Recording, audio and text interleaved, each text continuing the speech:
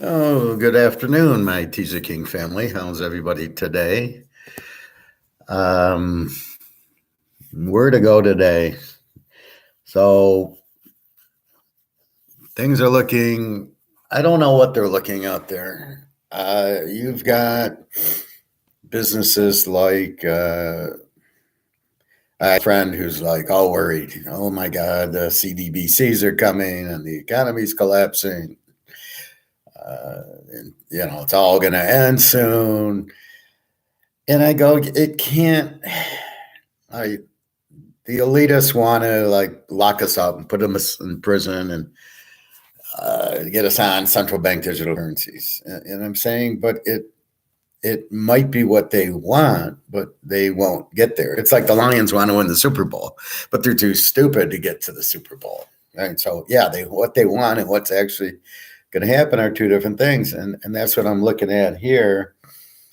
Let's take, for example, let's follow this logic. So you have Las Vegas, which I was watching on YouTube. Some guy good is saying, oh, yeah, by the way, in Vegas, there's two huge hotels going up. They spent billions of dollars. And I'm thinking, well, if there's not going to be an economy, why would you build a new hotel in Vegas for $2 billion? Does that make any sense? I think there's 5 ways to look at everything here. And excuse me.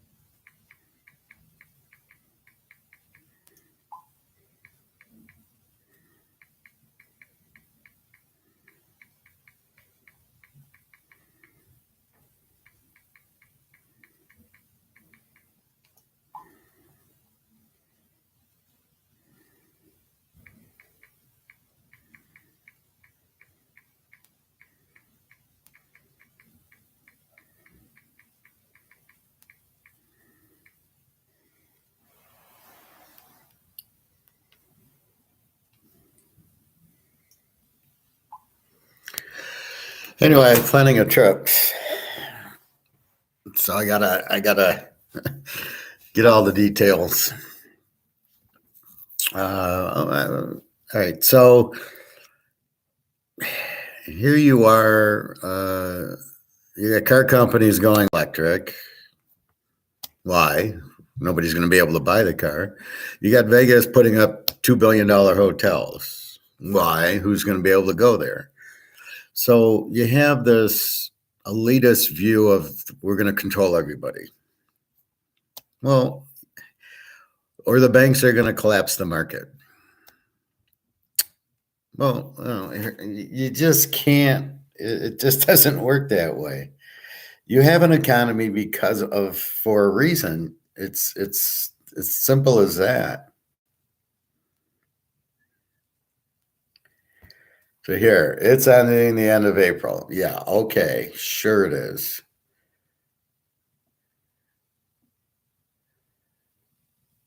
Five-digit gold is inevitable. Okay, yeah. Well, we already know that, fella. The professor's here.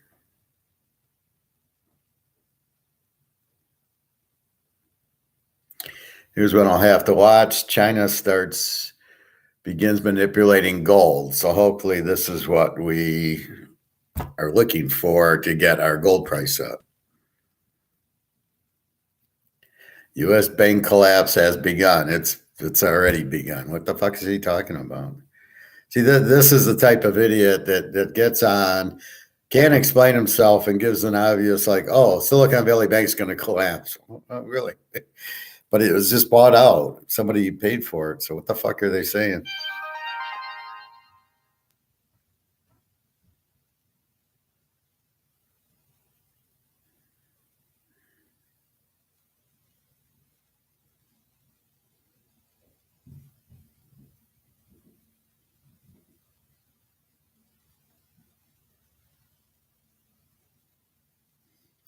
I really hate illiterates like this. Most people don't know what's coming. Like I know, but most people don't. Yeah, we know what's coming. The gold's going to go up, and the silver in China and Russia, and we're going broke because we're hyperinflating. We get all that. Don't act like we're all idiots and you're the only guy.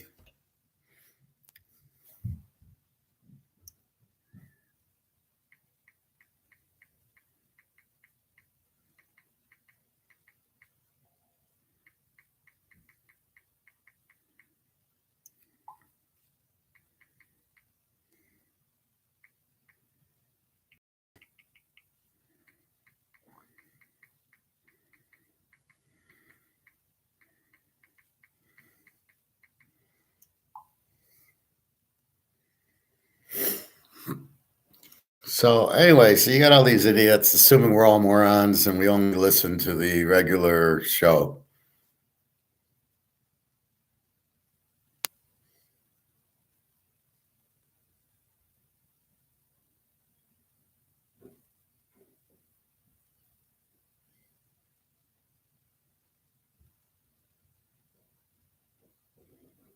Anyway.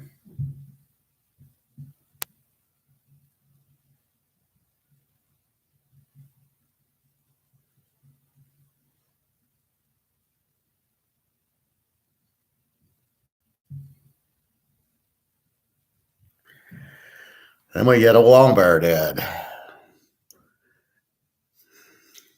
words you pronounce. Shut the fuck up. Prepare for the starvation. So the costs are going up because of inflation. We know all this. However, they can only go up if people will pay it. So if Walmart jacks the price of Oreos to $10 a box and nobody buys it, then what happens? They sit on the shelf. They got to lower their price. So food prices are now 150% more expensive this 2023. Well, I don't know. I just was there. Avocados were cheap. My chocolate was okay. I got half and half and eggs. I don't know what the hell they're talking about. If they're saying they're already up 150, but you just substitute your goods and buy different things and you're fine.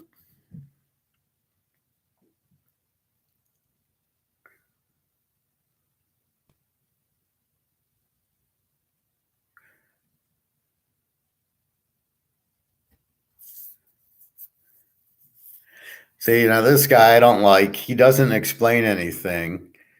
He just sits there. He talks in words that nobody can understand. He does it on purpose because he doesn't know it. He doesn't know what he's talking about. So if I say abracadabra, you can't really question me on it.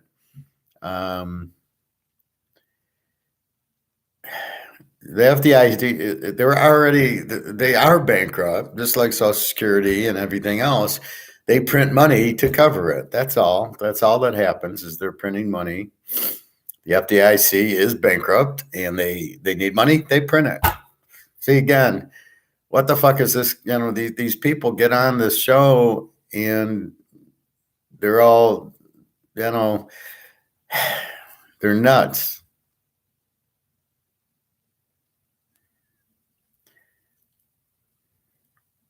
That meltdown.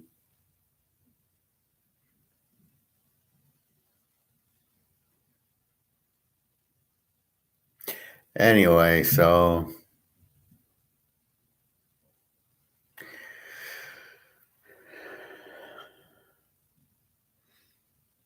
what's happening is the US is collapsing on purpose. Like they're inflating their money, they keep printing or they have to print. You have people like Yellen and Powell who don't know what they're doing. So what do you have, right? They don't know what they're doing. So therefore, they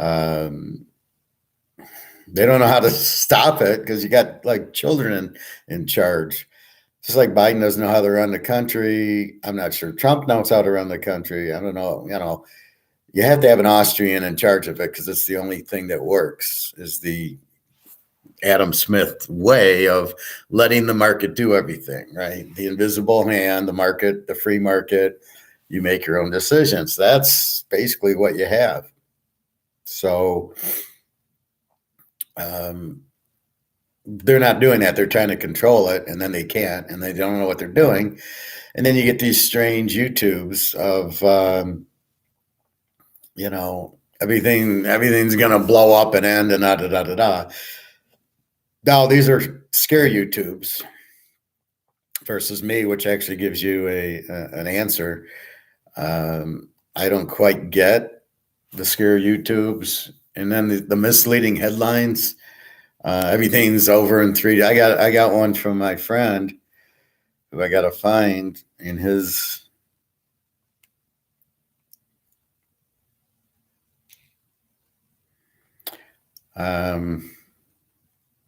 So he sends me. He's all worried. So he sends me this. In 3 days, everything will change. The U.S. dollar. But I don't like this redacted. The redacted is not a good site.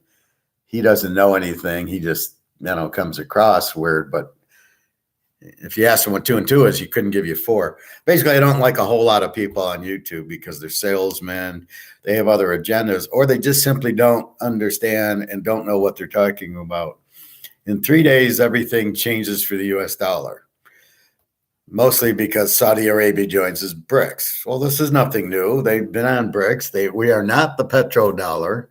So what this is really saying is we're the reserve currency because of the petrodollar, but now it's going to go with the petro yuan because our idiots say, we're going to use electric cars and get off of gas, get out of oil. So what do we need Saudi Arabia for? And Saudi Arabia's like, what the fuck? Now you're not going to buy oil. We'll go to China needs our oil because China doesn't have any natural resources on their country. It's a lot of desert and apparently no natural resources. Russia has a lot of natural resources, as does us. And so basically, we won't be the reserve currency. Does that matter? Well, not if you didn't inflate it. And if you had your currency backed by gold, guess what? You wouldn't need it. If my currency is backed by gold, that's the reserve currency is gold. This is the point. So I just sit there and okay, what are you trying to tell me? Everything changes for the dollar. Well, okay, well, we know it's changing. We know China and Russia's got all the gold. What are you talking about? So it's really stupid. And they make these really stupid comments. Let's go into subscriptions.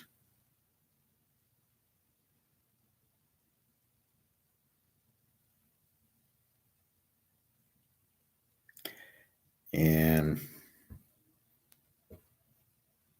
resist the globalist revolution, which is basically we want to control you. As I said, it's something they say, but it'll never work. The elite's plan to control everything. Who's the elite, right? Oh, Warren Buffett. You think he has a plan? You think he knows what? Oh, let's control everybody. Why would he care about that? Why would these guys care to control people? Okay, you're a billionaire. Just go play with your money. Go buy a swimming pool and fill it with your money and go play. I don't really understand the whole point. So again, he comes on. I'll watch this one a little bit, and it's probably stupid. This one, there will be no silver. Well, yeah, because it's being bought. There will be silver. It's not like it's going away. It's just not going to be as easy. So with that in mind, so I went to my my coin store yesterday. I got there at like 10 to 5.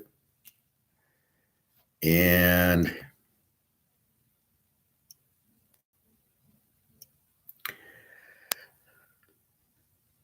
I get there at 10 to 5. Let's see.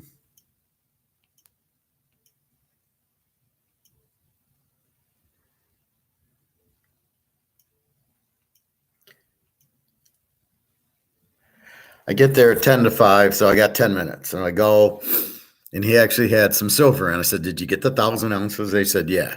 And there was like, they had a few of the white 20 ouncers, and then he had like 10 or 15 out there. And he says, you want to buy some? No, I said, I just wanted to see if you actually got it and check the prices. All of a sudden, they came out with a buyback list. So my Cougaran, for example, he only wants to give me 92% for my ounce of gold if I bring a Cougaran back. And I'm like, what the fuck is this? An ounce of gold's an ounce of gold. Why would I take 92%? So something's going on in the store. They must be losing their ass, or I really don't know. I mean, they have some ounces of gold that they're obviously getting. They're obviously getting, they're getting the silver and gold, and they're selling it because they ran out. So I'm not, so don't sell it to him, right? I won't sell it to him. How dare he? Okay, why he sells it cheaper, I don't know, but an ounce of gold is an ounce of gold. That's the whole premise, right? It doesn't matter if it's a Cougaran, Maple Leaf, US, Kangaroo, or whatever. And so I go on eBay, and it's the same. I go on like JM Bullion, what they're selling it for, and it's pretty much a little bit less, but it's way more than he wants to give me 92% of spot. And I'm like, okay, you're playing games now. Then I made a comment. I bought that one silver Mercury dime head, right? It's a silver dollar, but with a Mercury dime head.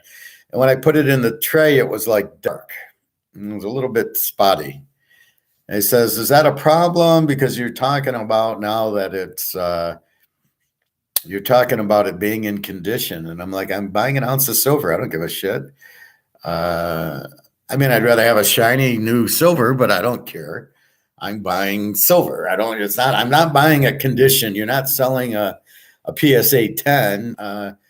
So the guy's, he starts saying, well, if it's scratched, we're not going to buy it, or because we can't sell it. And I'm like, I'm not buying a coin. I'm buying an ounce of gold. It's like, they're probably tired because I go in and I say, oh, gold, gold's going to 50,000 an ounce. Silver is 3,000 or 4,000 an ounce. And they keep, so I think they're getting like, oh, okay, whatever. And I think it just seemed weird in the store yesterday where my guy's all of a sudden saying, this is a strange guy. I go to two guys. I prefer the other one. And he's sitting there saying, well, if it's scratched, it's, it's not, I can't sell it. And I'm thinking, and then he's trying to say, well, like it's a coin. And I'm like, no, it's an ounce of gold. So you're telling me if I walk in with an ounce of gold, you're not going to buy it as an ounce of gold? Well, if it's scratched, I can't sell it. What are you talking about? Why can't you sell it?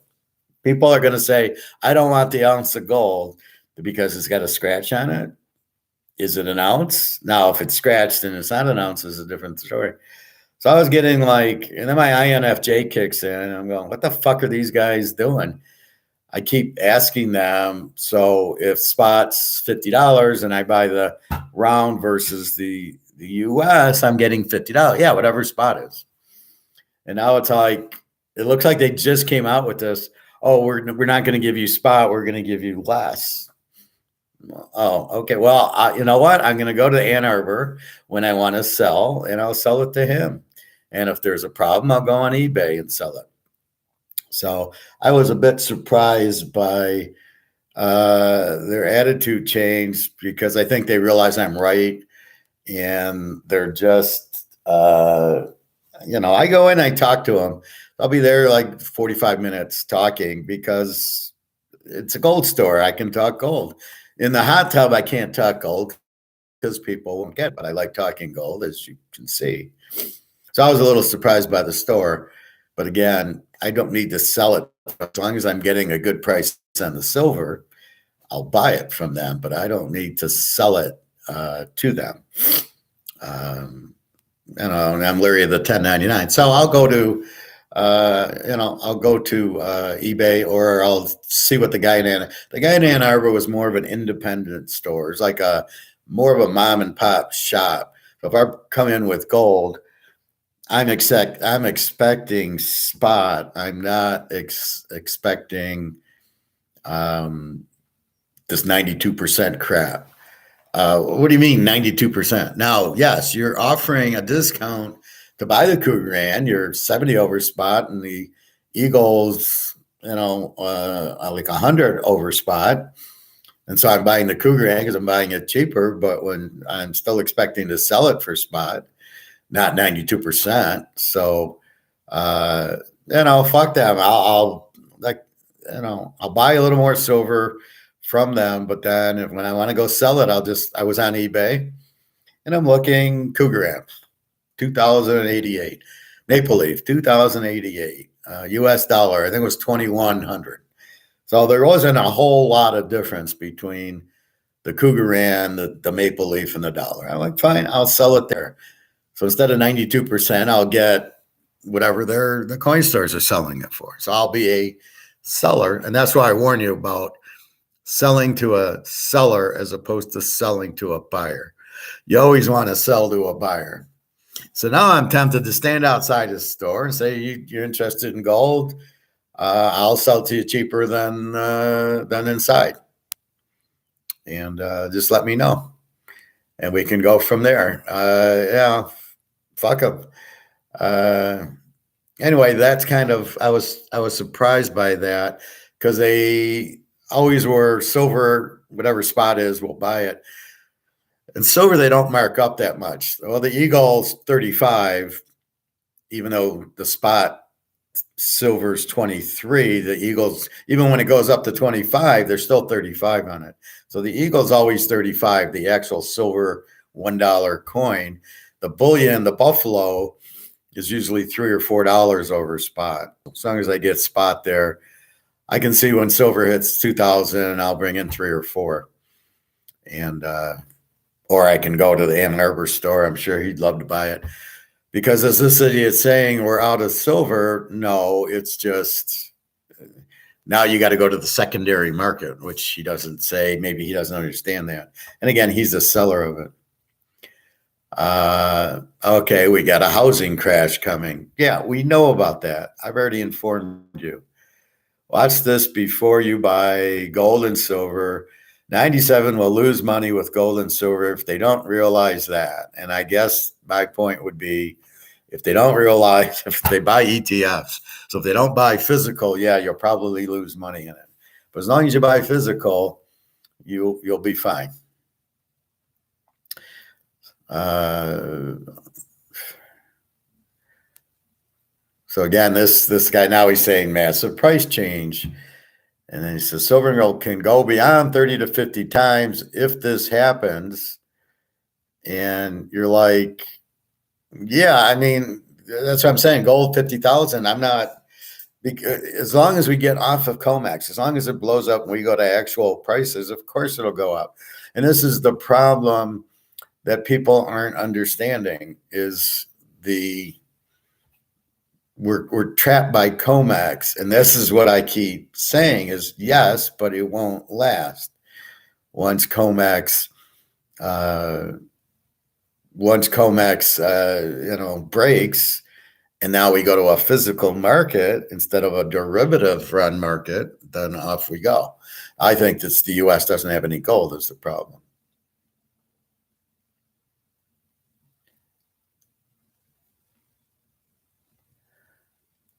Silver warning, they are hiding this from you. Look at the header there. What are you hiding from me? And then this idiot again, massive price. This is my problem. He keeps with the same. According to to Andy Schechtman when the dust. Again, he goes to the same bullshit.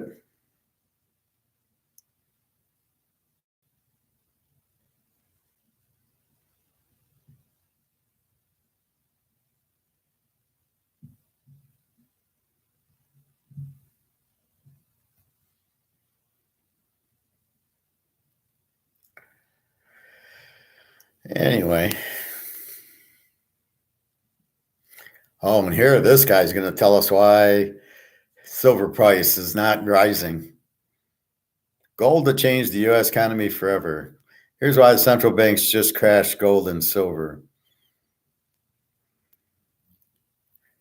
Silver is the new gold. Oh my God. Nobody realizes this. Why buy physical gold and silver when price is manipulated?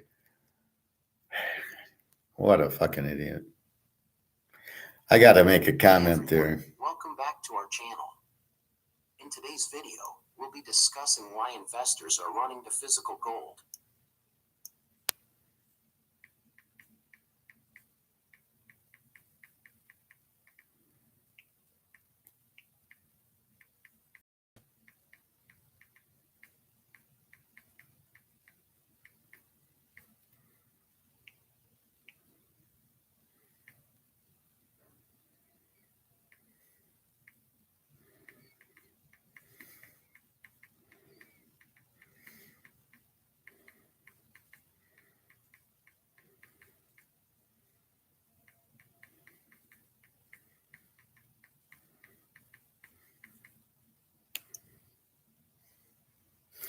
So I had to write on his thing. His thing is, why would you buy gold if it's controlled? And I'm saying here, this is why. COMEX will blow up because of BRICS, gold-backed currency. COMEX will be gone very soon. He's saying, why buy physical gold and silver when price is manipulated? And, now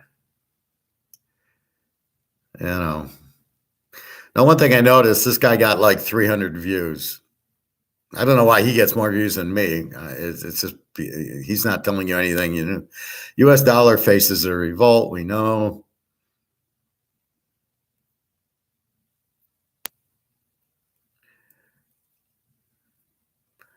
Anyway, so this is problems. Everybody, silver is the new gold. Well, no, gold's the gold. Gold to change the U.S. economy forever. So this is the problem you have. You have these guys making these comments.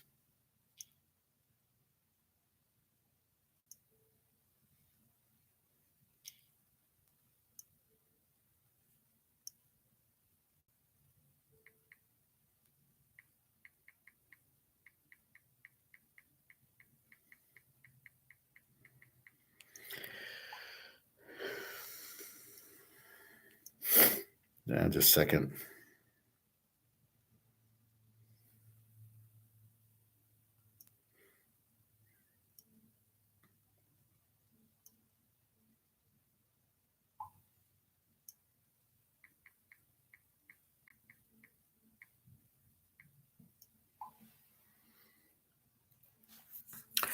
All right, so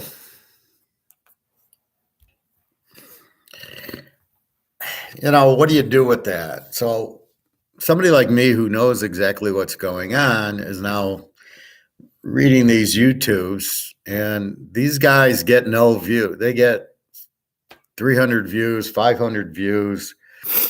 Probably their subscribers, and that's it.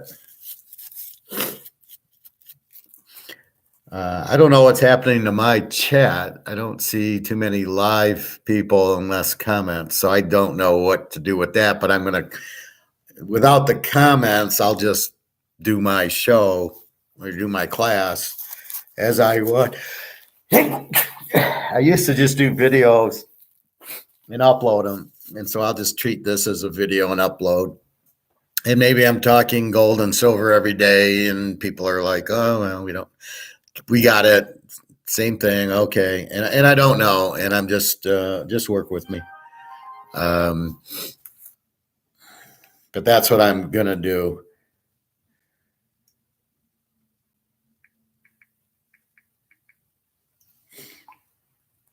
So, with that being said, we know the problem. You have inflation. We know what inflation is. We know gold and silver are good in inflation because they hold their value and it takes more. Really, what's happening is it takes more dollars to buy goods.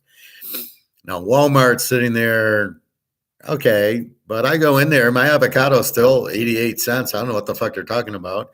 I don't know. It's probably Fritos and Cheetos and stuff like that and Oreo cookies that are up. My chocolate's still 198. My avocados are 78. My fruits and veggies were fine. I don't know what they're talking about really. So I can't. There's nothing I can really say. I go to the store for us, but I don't see anything in what I buy. Right, meats. I went to my. It's a little higher end grocery store only for meats and chicken, and I went and bought my meat. It was $4.95 for 86% meat, 14% fat. If you bought 3 pounds of it, which I do, that's why I buy 3 pounds and I make 10 hamburgers. So my freezer's full, but we'll see what the prices go to. But this is why I teach you substitution and competition. So I go there, I buy hamburgers. Okay, fine. I go buy chicken there. $1.96 for chicken breasts, which I will cook today. I'm out of food. My feet are hurting again. Like I said, I woke up yesterday where I thought I did something to my Achilles. And then I'm in the hot tub and I think, no, it's more my heel than my Achilles. I'm not sure. Today it feels fine, although my feet are kind of tough. I did eat out yesterday because I was just it was hard for me to walk, and I got a hamburger with the bun, which I told Bobby not to eat the bun, so I don't know if I got sugar from that. But anyway, so my feet were really kind of swollen yesterday, and it was really hard to walk back to the car after dinner and then walk in, and then I took my shoes off and I iced it. So when it gets swollen, it's hard in the shoes to walk. Now I'm walking fine, but there's still, my feet aren't 100%. They feel a little bit funny, but I can walk on them. So anyway, that's what I've got. And we will go from there. So I don't know if I'll work out today. And I don't know if I was in the hot tub, then I went into the lap pool and I ran and swam and did my workout in really cold water. And then I went back into the hot tub, which I'm not sure you should do when your feet are a little, it kind of puffs them up, right? It opens them up. And I think that's why my feet started hurting. So I don't know that I'll do that today. I might just give it a day off. It seems like when I'm in the house and I'm doing this, I'm fine. And when I go to the club in the pool and I start running on, it's like 5 feet of water. It's like up to here. And I'll run and I'll do 10 laps, kind of running, but I'm in the water, so I'm pretty weightless. And I'm doing a few laps, and then my feet start hurting, right? My feet are fine. And then like I was on the bike, no problem. Then I'm on the thing and it starts hurting. So I don't know what this is. I think it's too much sugar. My circulation's probably fucked up in my feet, I think. So I'm debating about a fast today, but I'm not really in the mood, but maybe I will. I have the chicken I need to cook, so maybe I'll cook it, but usually when I cook it, I want to eat it. So I gotta go get my veggies, which are still reasonably, I'm not noticing much. The red, yellow peppers are 148, maybe up a quarter. The a little bit more cauliflower and broccoli are up a little, and celery's up a little. I noticed the chicken in the deli counter, which I like to put in my omelet, went from like $7.99 to $10 or $9. So I'm noticing that, but that's not going to stop me from buying it if I want it. However, I can go get the breast for $1.99 and off I go. So I'm not really sure what, what Walmart, again, why would Walmart advertise, oh, prices are way up? Like, so I don't know. My friend from Alabama gives me all this doom and gloom, and I keep going, You don't understand. You can't have a market, right? If the money crashes, you have to have something, right? So if it crashes, they'll come out with new dollars. You can't have nothing. The elitist plan doesn't work without money. It can't. You can't control somebody. If they have no money, how do you control them? They have to do what you say. Well, then nobody's going to do what you say. What are you going to do? Starve us? Oh, okay. And so then we all die. And then what are you going to do? Oh, well, now I'm Bill Gates. Now I can run the world with no people, and my money's worthless. Bill Gates's money becomes worthless just like everybody else's. So does Buffett. So do all these elitists. If the money goes to zero, the money goes to zero. Now they'll have gold and silver, as we will too, but that's a small percentage of the world will have the gold and silver. So anyway, I didn't like my store. So when I go in, I'll just buy my silver and leave and tell them all to fuck off. You don't fuck with an INFJ. And I'm like, all the business I gave you, my friend came in with 100 grand and bought gold, and I'm in every few weeks. And, when I go in, there's nobody there. And we're watching the TV, the business channel or something, or, and I'll say, I'm waiting for gold to go to 50,000 an ounce. But this is the first time they showed me that sheet, so that did bother me. Anyway, so what do we do with this mess? All right, you can always sell your gold on eBay. All right, sell it to the buyers. There'll be huge demand for the gold and silver, especially if they collapse the dollar. What are they going to do? Now, are these government officials in charge going to admit they fucked up? Are they going to say, oh, well, massive inflation, it's Trump's fault, it's Putin's fault, and that's it? No, I mean, that's not what's going to happen. We'll still have the dollar, and we'll come out with a new currency. I mean, what did the Romans do, right? The Romans had gold and silver, then they took all the gold and silver out of their coins. Then they came back with more gold and silver coins. I mean, you need to shop, you need business, right? You can't have a world without an economy. You can't kill the dollar and not have anything there. This is why they use tulip. Why did they use tulips in Holland? I mean, why did they use anything? Why did the Romans use gold and silver? Why do all these countries use money? Why is the BRICS countries coming out with a currency backed by gold? Why would you do that? If you don't need currency, why would you do that? Why is the yen and the euro coming out with new currencies? You still need the medium of exchange. You can't get away from that. So if this crashes, they'll come out with that.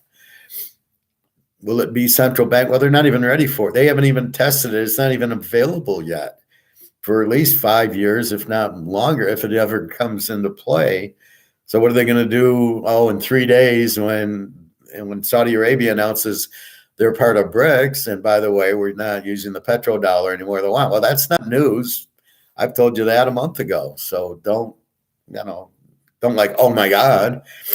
I'm telling you everything that's going to happen. Gold, go through the roof. Silver, go through the roof. It's locked to COMEX now, but it won't be. It'll be, COMEX will blow up. COMEX is a pricing. COMEX is the Ponzi scheme of Madoff, right? He gets money in, he gives it out. When he gets money in, he gives it out. When he doesn't get any money in, he can't give it out. The scheme's over. That's COMEX, right? There's got to be somebody to short gold to lower the price. And there's got to be somebody on the other end to buy the contract. Even though no gold or silver changes hands, you have to have both levers working. And you're not going to have that. So that will blow up, especially if China says, you know what, we're going to make gold 20,000 an ounce. COMEX has to compete with that. And that's what I'm teaching you is about competition. COMEX wants a monopoly, and they were willing to go to war over a monopoly. So China and Russia don't do that, but we don't care. There's nothing we're going to do. We're going to sit there and say, too bad, this is what we're doing. And, so that's really what's happening with the Comex will blow up, and then they suppress the price. That'll blow up, and off it goes. So really, so we read all these YouTube things. Oh my God, 97% of the people will lose everything. Of course, if they're in the dollar, which we already know is being inflated. So why would you have that headline? Why would you come out and say 97% and try to scare people? Oh my God, I'm going to lose everything. Why don't you just say buy gold? Why don't you just do what I do? Teaserking, gold, silver, NCAA tournament. I just say we're talking about gold and silver. I don't sit there and say and try to scare everybody. 99% of the people will lose everything. What do I say? Here's the way out.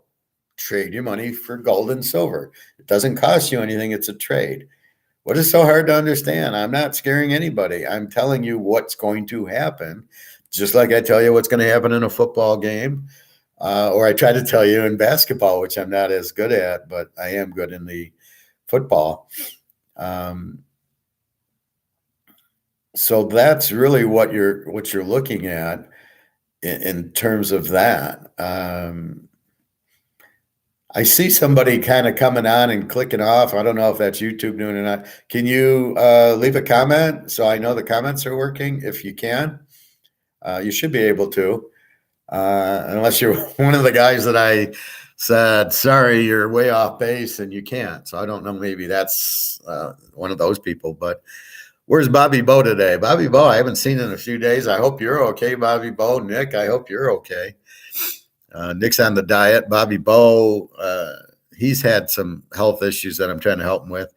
So we'll see. But it's better when I get the comments, I can talk to them. Anyway, so we pretty much know what's going to happen. COMEX is holding the price of gold and silver down. The demand is huge, and therefore price should follow demand. Mickey Mantle card demand, Mickey Mantle card price. Tom Brady demand, price. Jordan, boom, boom, boom, boom. Go through the list. And then gold, but yet the price is still there. So that's why we're saying what's going to happen. The demand isn't going away. It's getting stronger. I mean, my little guy, he's so clueless. $3 over spot for the silver rounds. Yeah, okay. Now that is less. I do see them sell the Eagle for 35 on these sites and the rounds for 29 or 30, but I'm not paying that much for them. And eventually, again, they're selling the Eagle at 35. Well, once silver hits 1,000, is the Eagle going to be 1,050 and the round 1,000, or we'll see. But it's only a few dollars less, so I'm not expecting to get hurt with my silver. Again, for the $25 I bought it for, I'm very happy to. If I get 1,000 for it, I'm not going to bitch. They take a few dollars. That I might take to my store if it's not too bad, but otherwise, I can go to Ann Arbor. He'll buy it just the same, but I got to check this. See, eBay will take a little bit longer, but that's okay. I would prefer just to drive to the store and get $1,000. I mean, then I have it if I need. And it's only when you need the money. If you don't need the money, you don't cash your gold and silver. Like now, I don't really need the money, but I want to cash my gold and silver out. Not now because it's too cheap. Once they get rid of COMEX, so I keep hearing April. Well, we'll see. If you got March Madness, the tournament is on Monday is the finals. Does it happen Tuesday after the NFL draft, which really wouldn't have a bearing on it? I mean, who knows? Anyway, just be in gold and silver, be in physical gold and silver. We won't worry about the selling in the 92% right now. Our out is eBay. We can easily sell it on eBay, and off we go. And And that's what we do. We sell it on eBay and get the seller's price if we need it. It depends how bad you need the money and what happens. So we will see. Be careful. The housing market I don't know if it's crashing, but it's going to go down. The stock market's going to, everything's going to fall. All right. We understand that. Except for gold and silver, we understand that. So there's really no surprise. Can you try to leave a chat? I see one person just to make sure it works. If you can. If you can't, I understand. Well, again, you went to 0. So I don't know if you're watching and YouTube's messing around with it. Sometimes I get like 20 guys watching at the same time. When I do this, I usually get a couple, 3, 4 at a time, but then they come and go. And again, you're probably working, so you can't spend the time, but I hit different segments. Anyway, so we know what's going to happen. You won't be surprised. You're safe with gold and silver. Now, my friend said they're going to make it illegal. And I'm going to say they can't make it illegal. How are they going to make it illegal? What are they going to do with a Rolex? What are they going to do with your house? What are they going to do with your car? They're going to make them all illegal? If they do, that's when we fly to a different country, or there'll be a black market or underground that will, like during the Depression, they had the alcohol with Don Corleone and doing the alcohol. So they'll do this. Somebody will buy it. I can meet Bobby and say here, and he'll buy the gold, or I'll buy the gold, just like that. I mean, that's kind of how you do it if they say that, but I don't see how they make it illegal. They don't know who has it. The only chance they have is when you sell it, you sell it, and then they take that and then they melt it down, or they store it in the U.S. Treasury, or Biden keeps it. I mean, whatever happens. But that's the point. It's just, okay, if you make it illegal, then what does the coin guy do? He can't sell gold and silver. He can't buy gold and silver. So he goes out of business because it's illegal. Like, what's he do with the gold and silver he has? What you do with his jewelry? So you got gold jewelry. Oh, I can't sell it. You're going to put all the jewelry stores out of business? This is the problem. My friend listens to this stuff, and I logically, I'm not arguing with him. I'm going, it doesn't make sense. You can't kill the economy. How do we go out to the grocery store without something to pay for it? How do you, because the rich Walmarts and Costco's and Kroger's are not just going to go away, and they can't just raise their prices if nobody can afford them. So it doesn't work like that. Now, are they going to accept gold and silver? Well, then they got to price it in gold and silver. So now milk is 1/10 of an ounce of silver. You come in with a 1 ounce, and they have in change little ounces of silver to give you. Okay, so now you have to price everything in gold and silver. Well, they're not prepared for that. This is why I go to the barbecue place and I ask them, are you prepared for this? Are you prepared for that? And they go, no, we're not prepared for it. So if they killed $1, how do they make gold and silver illegal? And then, so what are people supposed to how are they supposed to eat? Or are they just trying to kill us all? How does that benefit the elite if you kill everybody? Because then you just killed yourself. So I don't logically, from an economics as the professor point of view, it doesn't make sense. I was watching Money Heist yesterday, and at the end, the professor switches the gold with the brass, and Tamayo, it's like he wants to kill everybody, and the professor's like, you don't get it. This is checkmate. If you kill us, it will be told that you have brass, not gold, and then the country will go back into crisis, and your economy will go to zero.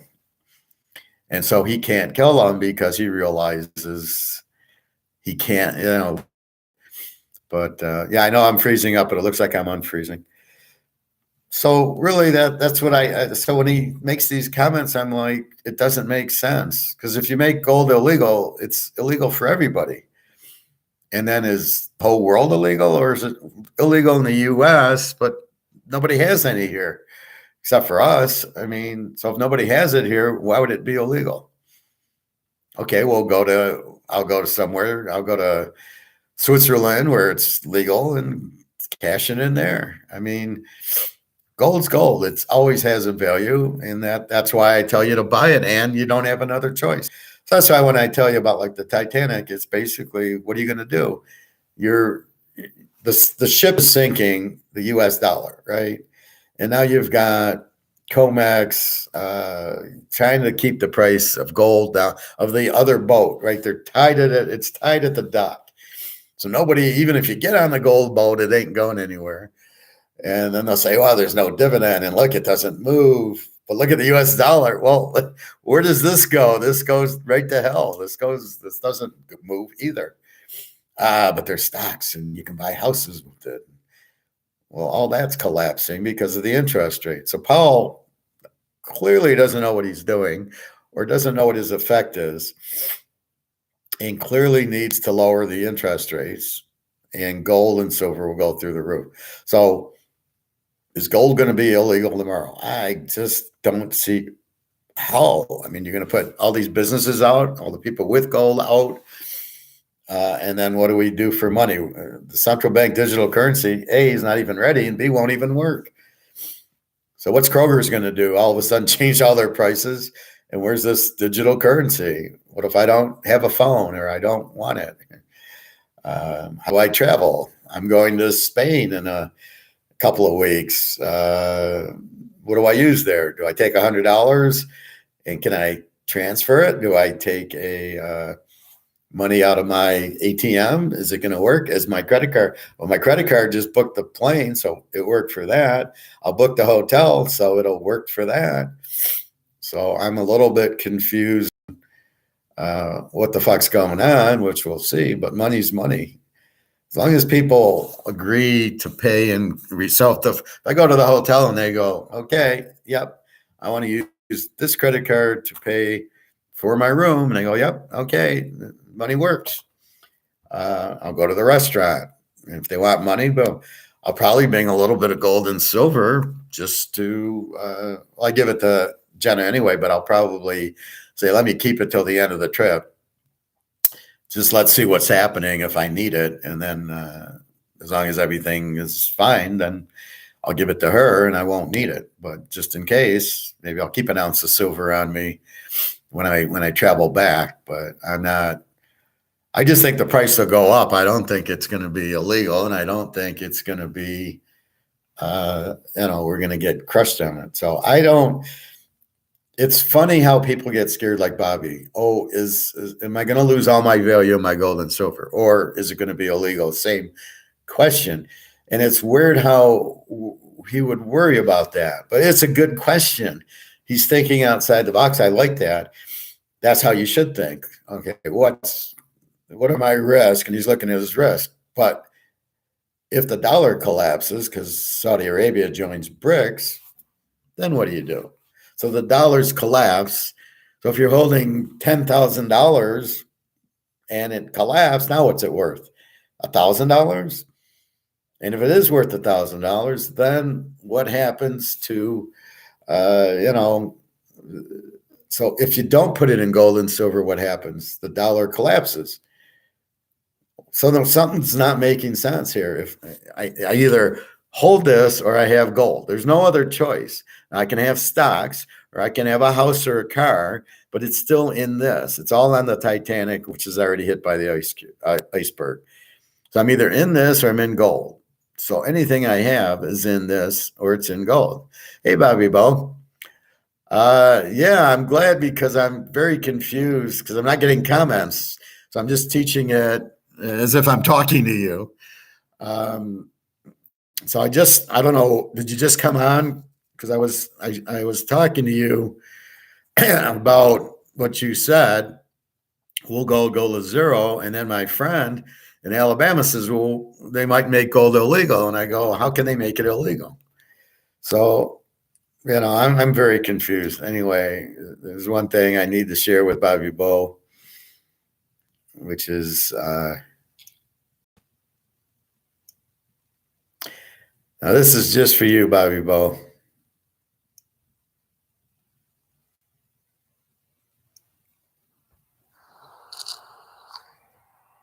you like chocolate bars? Hit this man! What the Rock is cooking. You need the rock right now, Bobby.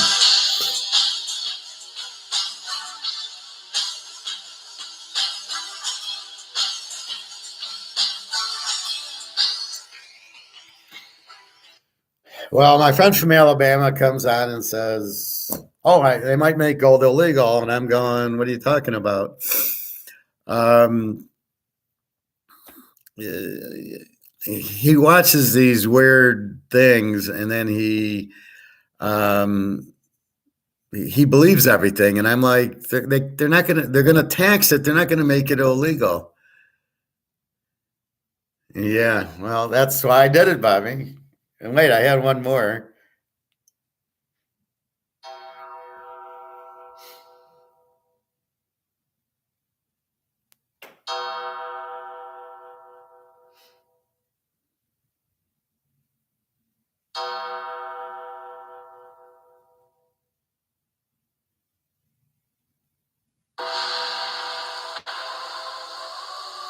This is China or Russia or Putin.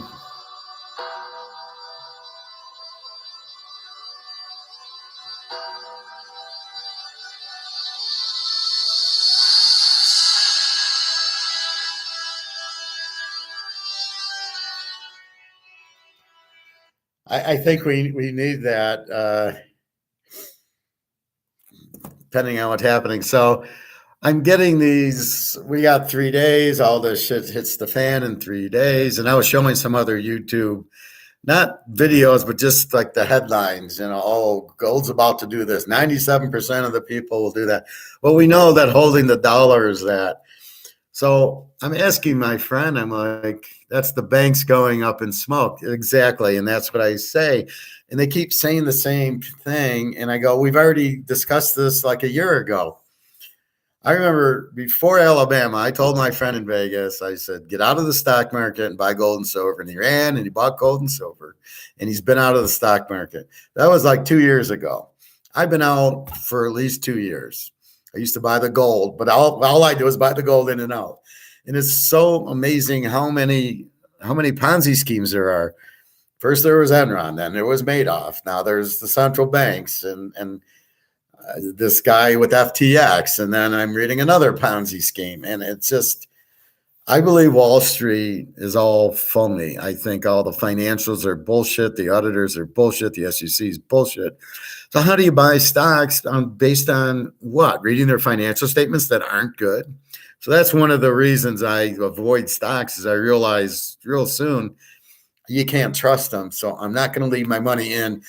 I said to myself, if I leave my money in for 5 years, I'll end up with zero. I'll be the guy in the Assault on Wall Street movie, right? So again, I was telling this lady yesterday. I was telling a waitress, I ate at a Mexican place for some reason. I don't know why. And I told her about, did you see my Titanic video where this is the Titanic and then here's the gold and everybody's in the Titanic and it's already hit the iceberg and here's the gold ship.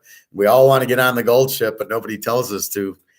And then I told her about, what was I going to say? I said the Assault on Wall Street. She says, yeah, I watched it. I says, if the guy would have put $60,000 in gold and silver, he wouldn't have lost all his money and he wouldn't have killed everybody. And his 60 grand would have turned into 100 grand in gold and silver with no risk because he'd have it in his safe and they can't print it. They can't inflate it. And they could, if they had gold currency, they could take the gold out of it. But once you got the gold in the currency, you've got the gold. They can't do anything about it.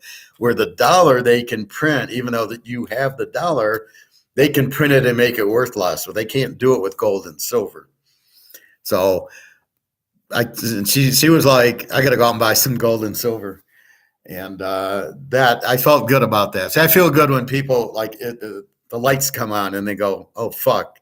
Yeah, I'm in the Titanic and we've hit the iceberg and here's this other nice boat, all colored in gold and silver, just waiting, and it can't sink.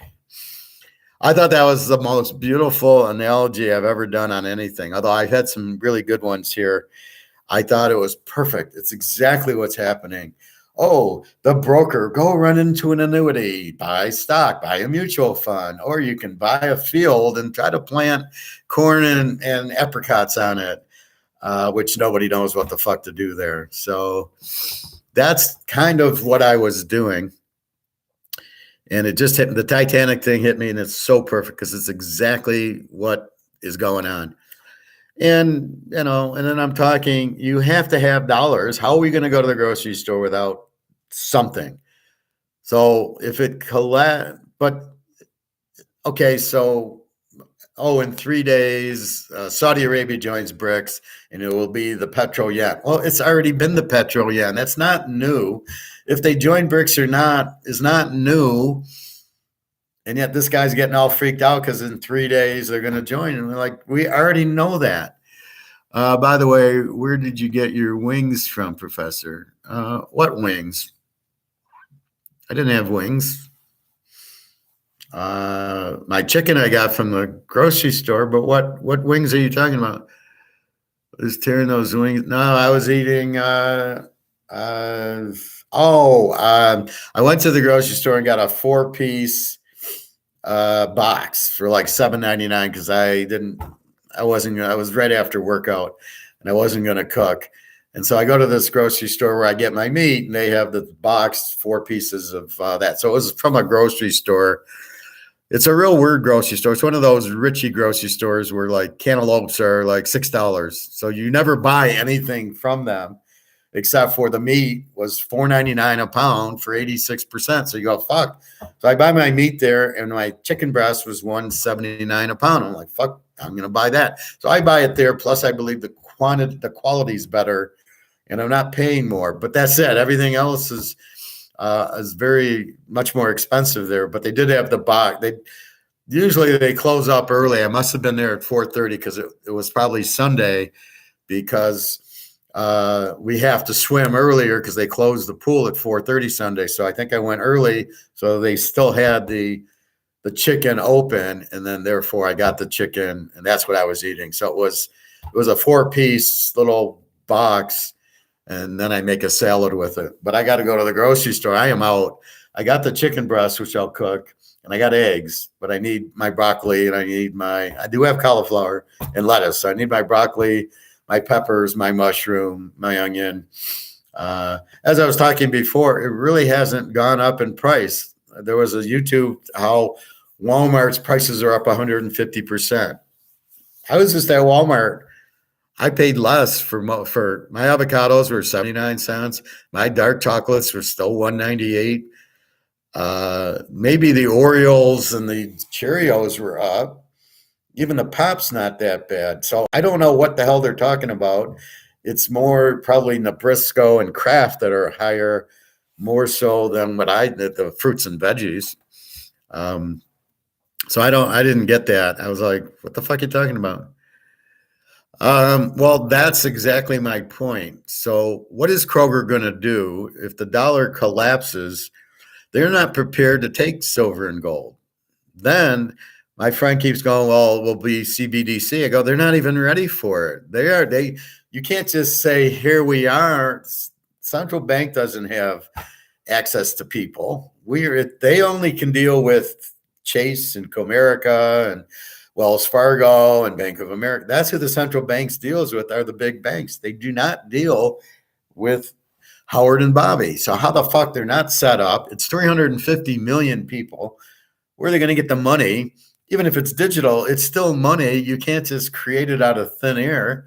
So I just sit there like it's never going to happen here. It might happen in China because they're all controlled and puppets anyway, because the way the Chinese control people, but nobody's controlled here.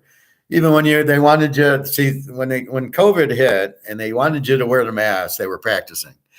And I didn't wear the mask and nothing happened to me. There's a few places that you got to wear the mask. I told them to fuck off. And if I went to the grocery store, I never had to wear a mask. And if I did, I remember at work at Toyota, they wanted me in Alabama. They wanted and I wore it down here. I says, I can't breathe if I wear it up my nose, and fuck you. If I'm at a place that I need to wear the mask, I should be working from home then.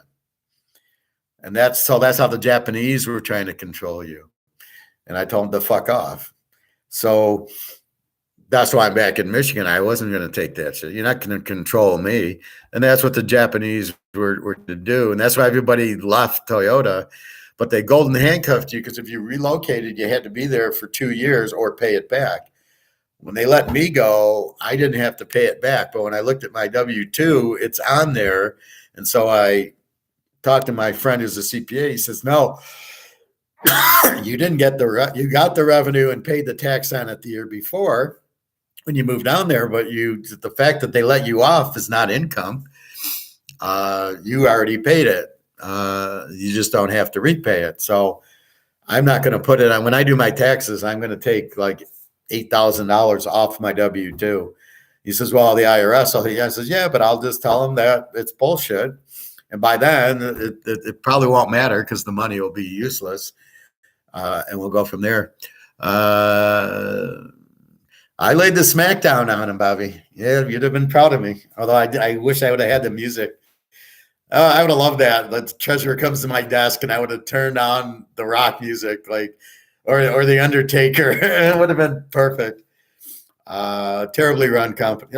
Most of these are terribly run. The government's the government's going to do a plan for central bank. The government. Our government, who can't walk and chew gum at the same time, they're a bunch of incompetents. There's no fucking way it's going to happen. See, that's where I'm using the realist approach. That's like saying we're going to put Biden and bat him third, and he'll play center field for the Mets. And you're like, but he can't. He can't hit a baseball. He can't field a baseball. That's what you have. You have these guys that have no fucking idea what they're doing, and they'll have the Russians do it or something, but they don't have it. So when people say they're going to do it, I'm like, there's no fucking, they're not smart enough to do it. It's not going to happen. So that's why I say what I say, but I don't see gold, not in the U.S., going away because theoretically nobody has it. I don't know how they can make it illegal. Like I said, they're going to tax it when you trade it in. One thing I noticed yesterday, Bobby, so I go to the store because the guy's supposed to be getting 1,000 ounces of bullion in. So I go to the store just to check, did he get it in? The professor would peel in the company parking in the morning with the music blasting. If you smell, and you see the professor ending with the, there you go, Bobby. That's how I should have went to my desk every day. Although, what was funny? Have you ever heard of this, anybody? When we got there at 8:00, we had to do 5 minutes of calisthenics. Now I'm not 19 anymore, so some of them I couldn't really do, or my back would be hurting, or my shoulder, and I'd kind of I would kind of do other things I do in the pool there for the 5 minutes. They made you fucking do calisthenics. I've worked for 40 years. I've worked at grocery stores. I've worked at Mercedes and GM. Nobody does that. The Japanese do, and they wonder why they're going broke. Unbelievable. So this is what I had to deal with. Anyway, I couldn't leave fast enough. I was waiting for Hitler to show up. So keep that in mind. So I get there, and he did get the silver in, and then he starts. I got that mercury dime quarter or ounce of silver I showed you last week. When I put it in the tube, I noticed on the side it was black. It was, I don't know what it is, but it was only on the side, not on the front or back. So I said to them, is that going to matter? Maybe I'll turn it in for another eagle. Then I just got it, but I didn't see the side was bad. I trusted that you put it out there that it was good. And then one guy starts saying, well, if you have a coin that's scratched, we can't take it because we can't sell it. And I go, but I'm buying an ounce of gold. It doesn't matter. And then he shows me this price sheet, and all of a sudden he only wants to give 92% for the Cougar Ann and 96% for the Maple Leaf. And what the fuck? I'm buying an ounce of gold is an ounce of gold. I'm going to get, if gold's 5,000 an ounce, I'm getting 5,000 an ounce for the Cougar and the Maple Leaf. And I was looking at these guys in shock, like, what the fuck's going on? Because I don't think they ever had it before. And I was always told buying the Cougar and or Maple Leaf that I would get whatever the spot is. Now, still, that's $100 less than I can get on eBay. So when you're going to sell it in, I'm not going to sell it to these morons. I'll try Ann Arbor, which I'll probably just get spot. So if it's really there, it'll be on eBay, and the demand will be huge. You can probably do a same day auction and get your money, and they'll PayPal it to you, I guess. I hope that that'll still be working. Bobby, that's why this is a great class. There's knowledge with entertainment. I try. I try to entertain, and I really wish that classes in high school and junior high and college, it would be a lot better if they were entertaining. Even if you're in a meeting in baseball or a football meeting, if they're entertaining, like Bill Walsh, right? They come to the Super Bowl in '81, and he pretends he's the baggage handler. He's got a baggage hat on. He's carrying the guy, and they all loosen up, and then they won the Super Bowl.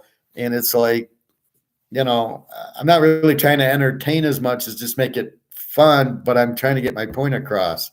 And I've been really freaking out. It's like I've been getting like no comments, and I'm like, well, what would Bobby ask? And I'm bringing you up. I don't know what else. It's like it's much better with the questions you present me. Then I can focus on an answer to your questions because that's what's valuable. Sort of like the market, right? We're doing Sage Law right now. You ask the question, I respond to it. You want a blue shirt, I make it for you. But if I don't get a market, I don't know what to make. You're the market. That's what the comments are, the market. And then I'm responding to the market. So anyway, that's kind of what how I think of it. And that's exactly so you being an INFG and I'm being an INFJ, you get me, right? And I don't know if everybody gets me, but you get me. You understand. And you're learning, and I'm happy for that. So anyway, that was so this guy wants to start dicking around by, okay, if you want to turn in your Cougaran, I'm only going to give you 90%, 92%. I'm like, what the fuck? It's 100%. It's an ounce of gold. What do you mean it's not an ounce of gold? Well, it's a Cougaran. It's an ounce of gold.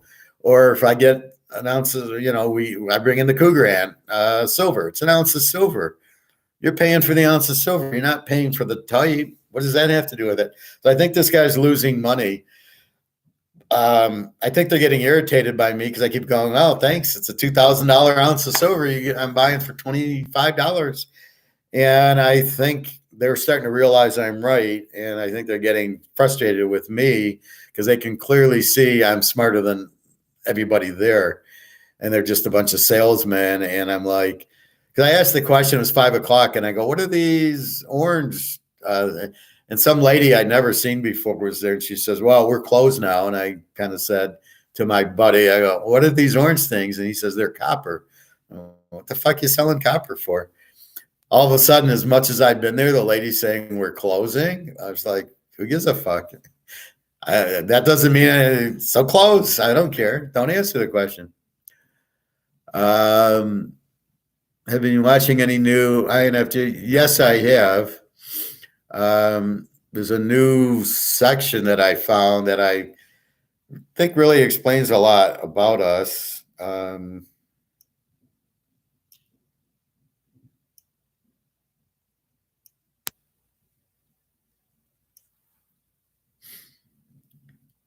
So it's where is it?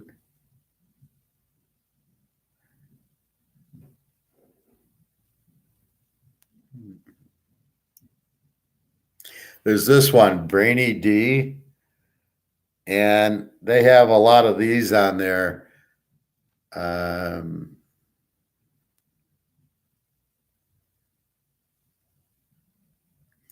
Yeah, maybe that's not it. I think it's another one.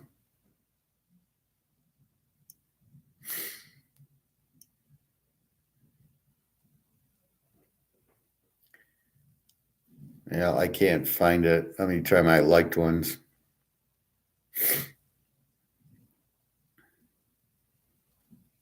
Like here, this INFJ, the Sage. So I haven't watched that yet, but I put it in my like. So that is on, I don't know. I don't know the channel, but I like watching those. It explains a lot more. And then this channel, this girl, these seem to be better. I don't like the one girl. I fall asleep watching hers. But yeah, I mean, it's pretty much, yeah, I got it. Yeah, that's what I am. Yep. Okay. This is what they say and don't fuck with us. And I'm like, yeah, I'm pretty much, I got it.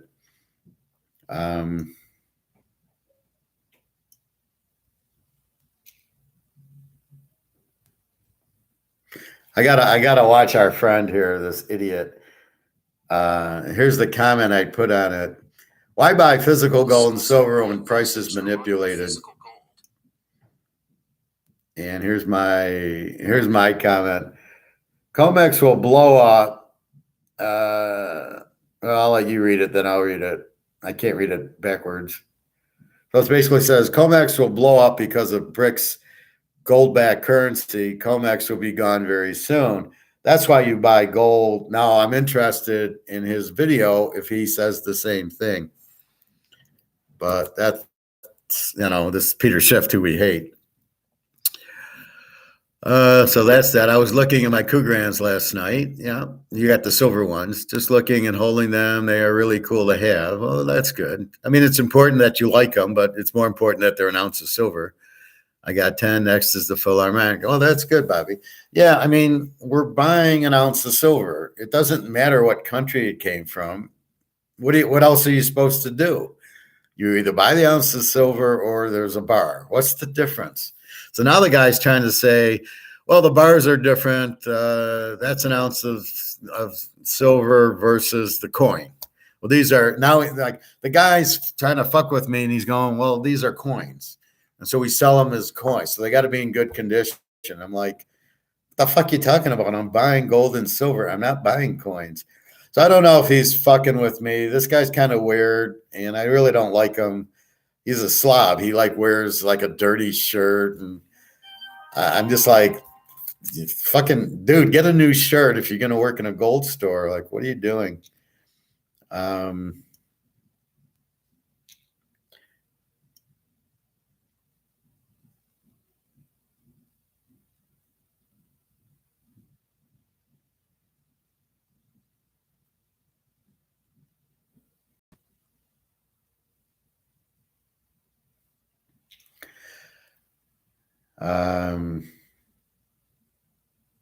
Now just a second.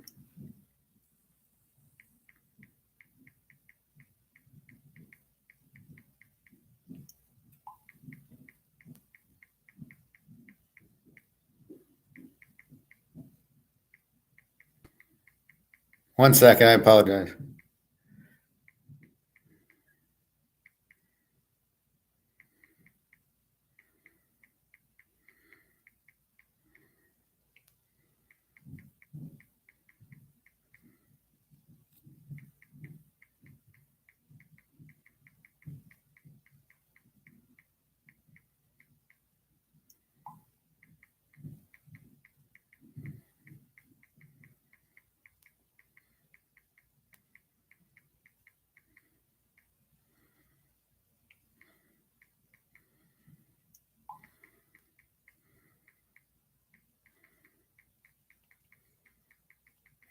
I'll explain this in a minute. So what happens is, next to Philharmonics, is that your normal corny guy? Well, he's he works at the store, but he's like a slob. He's like, what the fuck are you doing? Like, he doesn't dress nice. It's not only the same shirt, it's a smelly, dirty shirt. He just looks like a slob. I mean, it's like button down, but it's dirty and that. So I don't like talking to him. I like talking to the other guys, and he's kind of being a smart ass with me, where all we've talked about is I just want to buy gold. Yeah, it doesn't matter. Or I want to buy silver. Yeah, it doesn't matter. It'll be spot. And now he's given me a list of, well, we're going to buy it back at this, which I assume just happened because when I asked him that question the whole time I've been going there, I never got this answer. He's not professional. That's why I don't like talking to him. And I don't think he knows what he's talking about. And then he made like a smart ass comment. Well, when you do sell your gold, we're going to give you a check, and then you're going to get this money back for it. And I'm saying, no, I'm not going to sell it for this money unless I need to pay taxes and my credit card. And so I need money for that. Then I might sell an ounce to pay everything off if I need to pay everything off. Because I don't know what's going to happen with taxes and credit cards. If the money goes, how do we pay it back? I don't have any money. So that's really what I'm waiting on. So anyway, so what this text was, my friend Cherie, she worked at Mercedes with me. She's more of an accountant. I'm more of a finance guy. And when I was at Toyota, they gave me $10,000 reloc. And in the reloc, they didn't gross it up. So they ran it through payroll, and I got $7,500. So I got a check for $7,500, and I paid $2,500 in tax. Okay, then 6 months later, the assignment's over. Okay. And they said, you don't have to pay us back. In other words, the deal is on a relocation, and you got to be very careful with this. If they pay you to relocate, you got to stay there 2 years or you have to pay it back. And I knew that. That's why I didn't just leave. I let them, say, okay, it's not working out, no hard feelings. And they gave me an $8,000 severance, of which I got 6,000 of it. So then what happens is I'm looking at my W-2, and now I'm seeing this $9,000 or $8,900 for the relocation. And I'm like, so I call my friend and I go, I've already gotten taxed for it when I got there. I didn't get any money. However, I didn't have to pay it back, but that wasn't up to me. The company said, you don't have to pay it back. So the question is that a benefit to me? And do I have to pay tax on it for not having to pay it back? Or do I simply not pay it because I already paid it the first year?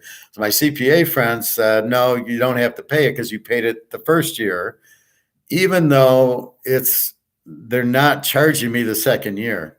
So even though that's happening,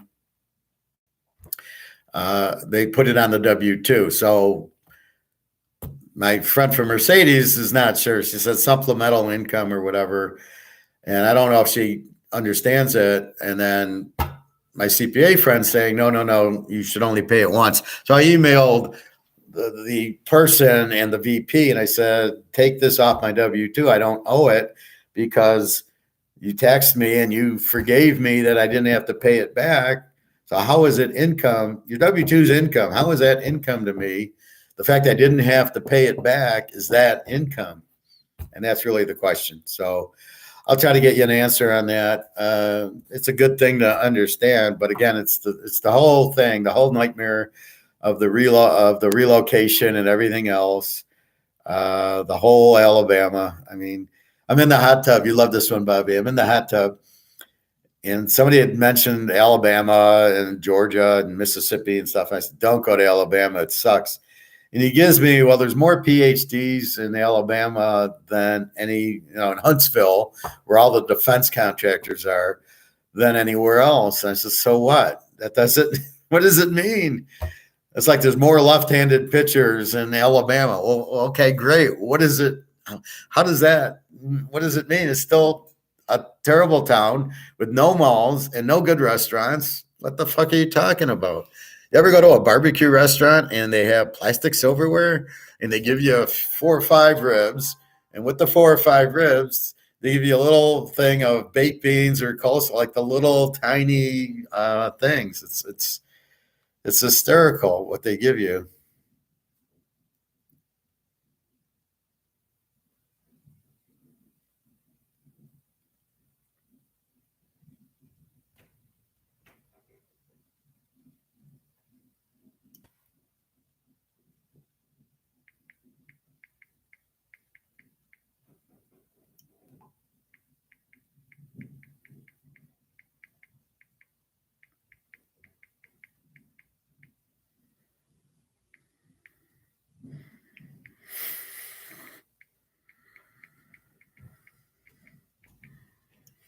So here's her answer. In theory, he's correct. They can only tax you once. So if the wages, income, and relocation benefits are already included in fiscal year 2021 W-2, which they are, then for you to accept the fiscal year 2022 restated documents, you need both 21 and 22 amended. Both your docs need to net zero. So it almost sounds like I need to get a credit for, because you tax me and then they relieve the benefits. So it's almost like I get that. So I'll run this by Scott. Anyway, that's why I have smart friends. Yeah, I heard a Ric Flair saying in an interview that he hated when he had to wrestle in Alabama because there was nothing to do after his wrestling shows. It's the most boring. I mean, Bobby, there's no restaurants. There's Chick-fil-A, there's Wendy's, there's Taco Bell, there's these little Mexican restaurants and a couple of Chinese buffets.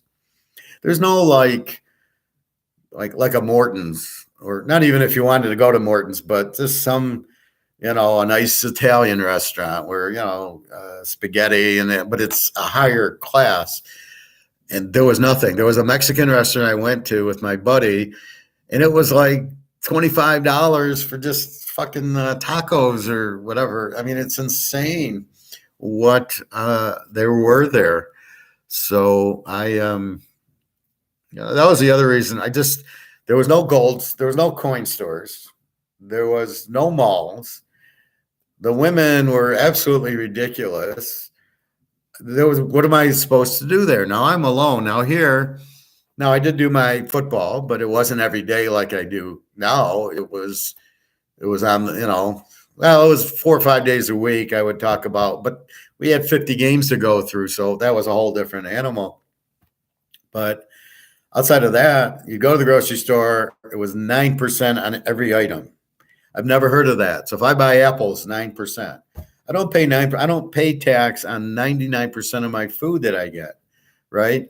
And then, so it was 9% on that. So everything I think is going to be cheaper in Alabama is more expensive. My rent was more expensive.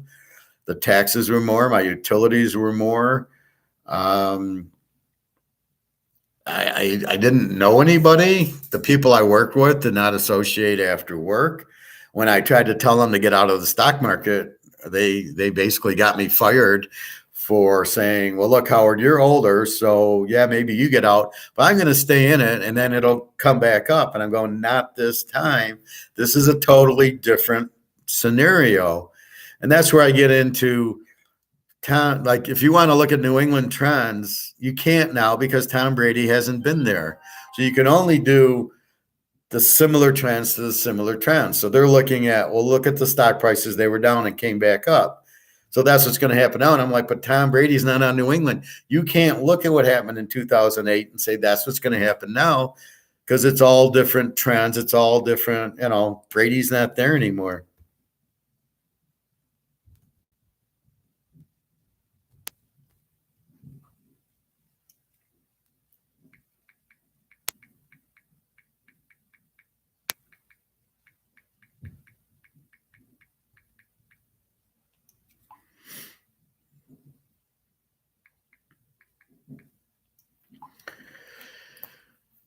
My friend's not at Daimler anymore. I'm shocked. She's my reference. So now I'm in trouble because if she's my reference, I don't know how to, because I give my emails out for my references. And if they're not there, I don't know how to get a hold of them. The draft's coming the end of April. And I did a beautiful scenario on that, which I can talk to you about now. So anyway, Alabama's a crap town, high taxes. The rent was not cheap. I didn't like the health club. The girls were terrible. So I didn't see a lot of value there. So I came back here where there's, when I go to the gym here and I can talk to the people, even though they're communists, we'll see. By the way, Bobby, I am meeting Jenna in Barcelona. I just booked my ticket. So I'll be gone like the 13th. So I booked my ticket. My airplane, I got to book her airplane she's training to Poland because there's no airports in the Ukraine anymore. So I got to book that. And it's only a couple $100 from Poland we're going to go to Barcelona, spend a week there. So that sounds nice. I'm looking forward to that. And then we got to find a hotel. They're a little more expensive in Barcelona because a lot of them are around the world. We have to figure out where to get a cheap one that isn't too bad, because I don't want to spend a lot on a hotel now. I'm like, wait till gold goes up, then, so hopefully if gold goes up in 3 days, then we won't care. Thank you, Bobby. I'll meet Jenna, and then her best friend and her boyfriend are going to meet us there because it's her best friend's birthday on the 15th. So initially she wants us there on the 10th. I says, I can't. It's going to cost me $2,000 if I book today a flight for the 10th. It's for the 9th, because, and now that I'm not working, I go on Monday or Tuesday and come back on Thursday, Friday, when it's very cheap to fly, because I'm not flying on the peak Saturday, Sundays. So I can take advantage of that. So I said, I can. It was $2,000 to go on the 9th or even on the 10th. And then I found like the 3rd. So if you go out 2 weeks is the key. So then I went to 12th. No, then I went to the 13th. Now I got it for $1,000. I got the flight, and another week out it was only $975. So I said, okay, it's not $2,000. So the extra grand I can spend on the hotel and the food and everything else, which made me feel better. So that's what we're going to do. So we're going to Barcelona. I'll look for the professor in Tokyo there. Maybe we can find where the professor hid the gold, and or we'll see the professor, because that whole show took place in Madrid, I think. But I'll look for you, Bobby. I'll look for Berlin too. We got to get you a city name, Bobby. Who are you on the show? Maybe I don't know. You can be maybe Palermo, or no, you can be Bogota, the guy who did all the welding and figured it all out. No, I'm going to fly, I think, American. I'm going to fly from here to Philadelphia, and from Philadelphia to Lisbon, and it's only a few hour layover, so not bad. And then, so it's always the next day. So I'll fly out on Thursday and get there Friday, but I'll get there Friday early. And then when I leave, I'll leave Friday at 9, and I'll be home Friday night. Because you got to think about it. When you go, you lose the day. Okay. But when you come back, you don't want to take a late flight, because then you got to get a hotel in Germany or wherever the hell you go to. This will be fine, because I'll just go Spain to Philadelphia, and then I'll catch a flight. Then it'll be day, and then the next flight's like 2 hours back to Detroit. And I'm not checking luggage. I'm taking a carry-on and then a gym bag, and I'll fill the gym bag with like underpants and socks and bathing suits. And then that way I can get everything in, and I'm only there a week, and I don't give a fuck. I'll bring 7 pairs of shirts and stuff like that, but I probably I'll wear a pair of jeans and bring another pair, and that's it. Jenna's always like, she wants to iron my shirts, and you're like, Jenna, I don't give a fuck. And she does it for herself. And I'll tell you something about women. They look nice because they want people to look at you going, wow, you're with a nice girl. Look how pretty she is. But they also want you looking good, so they can say, look at the guy I'm with. So it's a lot of kind of, psychology that the women have. Why they always look so good is to say, wow, look at the girl he's with. And then but look at the guy that they're with. So that's why they're always with the makeup and the perfume, and they always look immaculate. It's mostly the Russians, the Europeans, the Romanians. They want to look their best.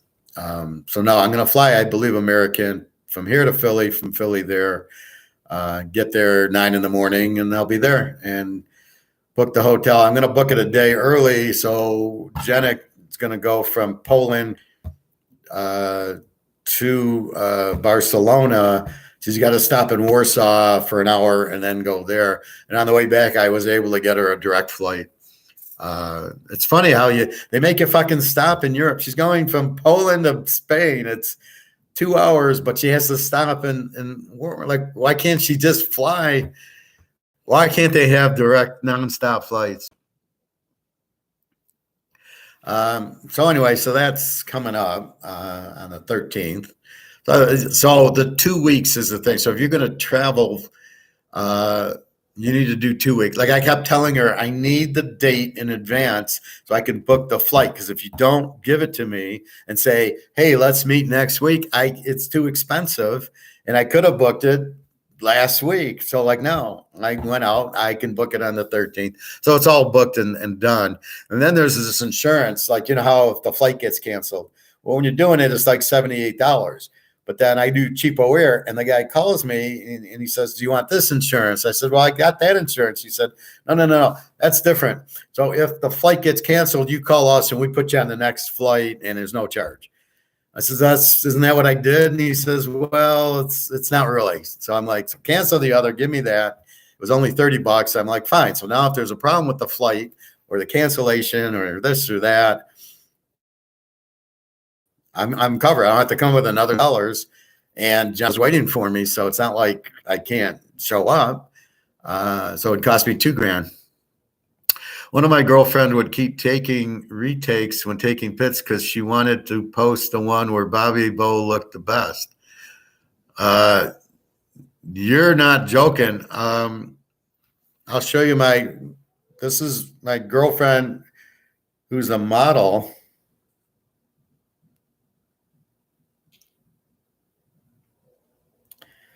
So this is Carmen. Carmen's a real model.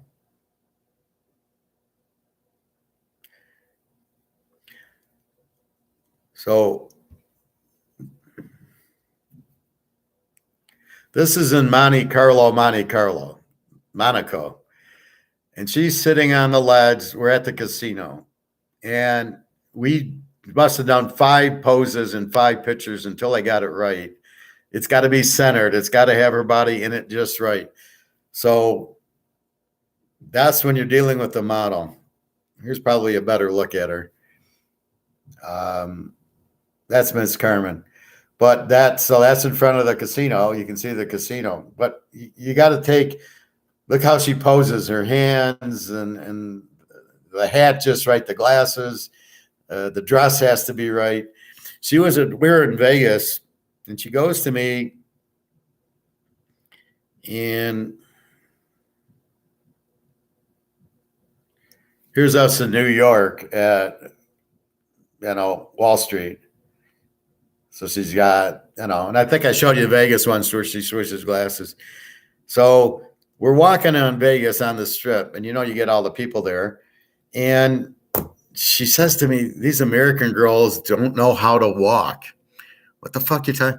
She says, there's a way to walk, high and, whatever, the way she would walk as a model.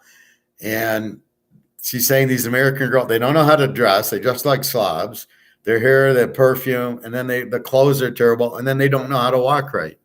I says, welcome to America. This is why I don't normally date American girls. I much prefer, Romanian and Russian and Ukraine girls. This is why I do it, because the American girls are a bunch of slobs, most of them.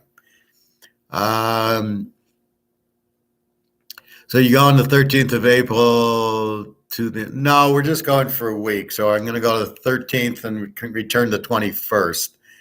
Yeah, I laid the smack down. I gave her the people's elbow. But, I kind of wanted to go for 10 or 12 days, but it's kind of a cash crunch with all that's going on. I don't want to get caught where I need money and I have to sell my gold. So as what we talked about before, Bobby, it's this balancing act of keeping enough money, but buying enough gold and then not having to sell the gold that, you don't want to sell it at 2,000 an ounce. You want to sell it at 50,000 an ounce, or silver. I don't want to be selling it at 25. I want to sell it at 1,000. So I need enough money because everything that comes in basically pays the bills and the girls. So that's what I have. So Jenna, I had to help her with her son's dentist, and now it's going to cost me. She's going to take a train from the Ukraine. So she needs a cab to get to the train. She's going to train to Poland. She's going to take a bus from the train station to the airport, and she needs money for food. And then when she gets there, her friend should be there. So I'm hoping her friend can pick her up at the airport. But I don't even know if they'll have a car. And then she'll be at the hotel, and I'll pay the hotel. But I got to come up with a way to say, I'm checking in the next day. Please let her, it's okay. It's paid for. I did that with Carmen. We met in Austria for Christmas one year, and we did the same thing. She got there the day ahead, and I told them it's okay, let her stay, and she did. So they let her go to the room because I had already paid for it. I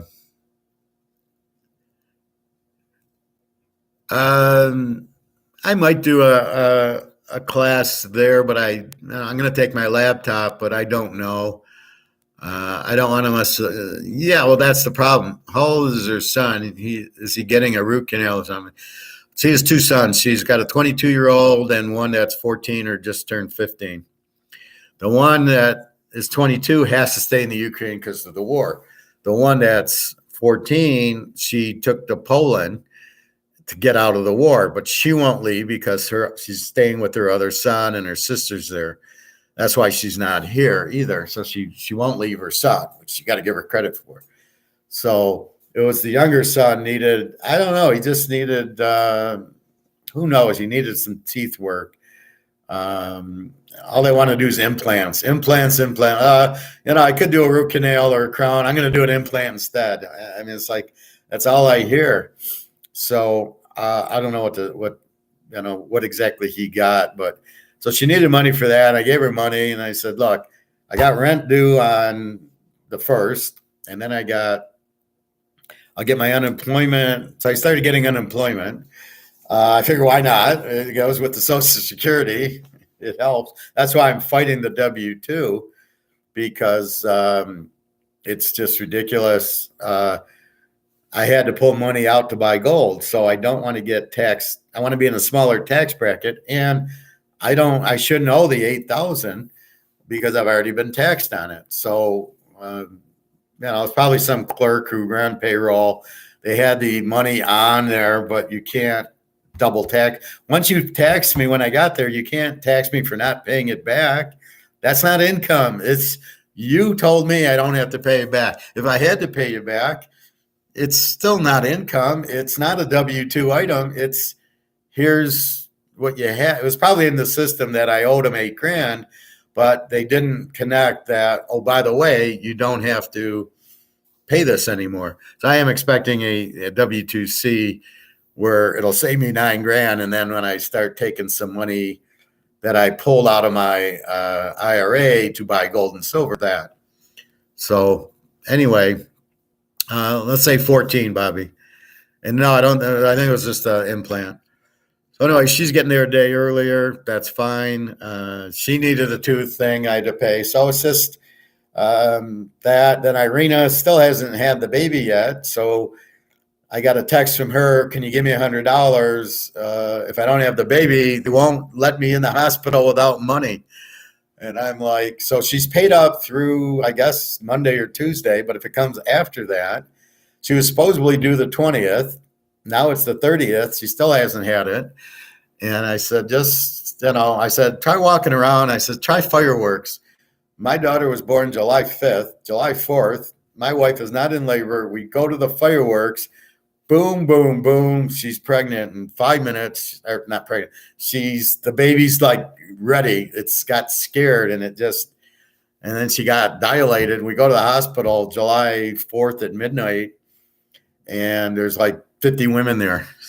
So it's a big thing. The women do get, if you want your wife to induce, blow off some fireworks or in Romania, she can probably just shoot a gun or something. But I told her to do that. So anyway, what were we talking about, Bobby, before I went to 5 different subjects? So anyway, if you get a chance, watch my Titanic versus gold. It's a beautiful piece of doing what Alistair McLean says, which is get the fuck out of fiat currency. The Titanic's basically fiat currency and into gold, which is you can't lose. And nobody understands that. Nobody really explains it. So if you go to a financial planner or a broker and you ask him about gold, he won't put you in it. He'll say, buy this annuity.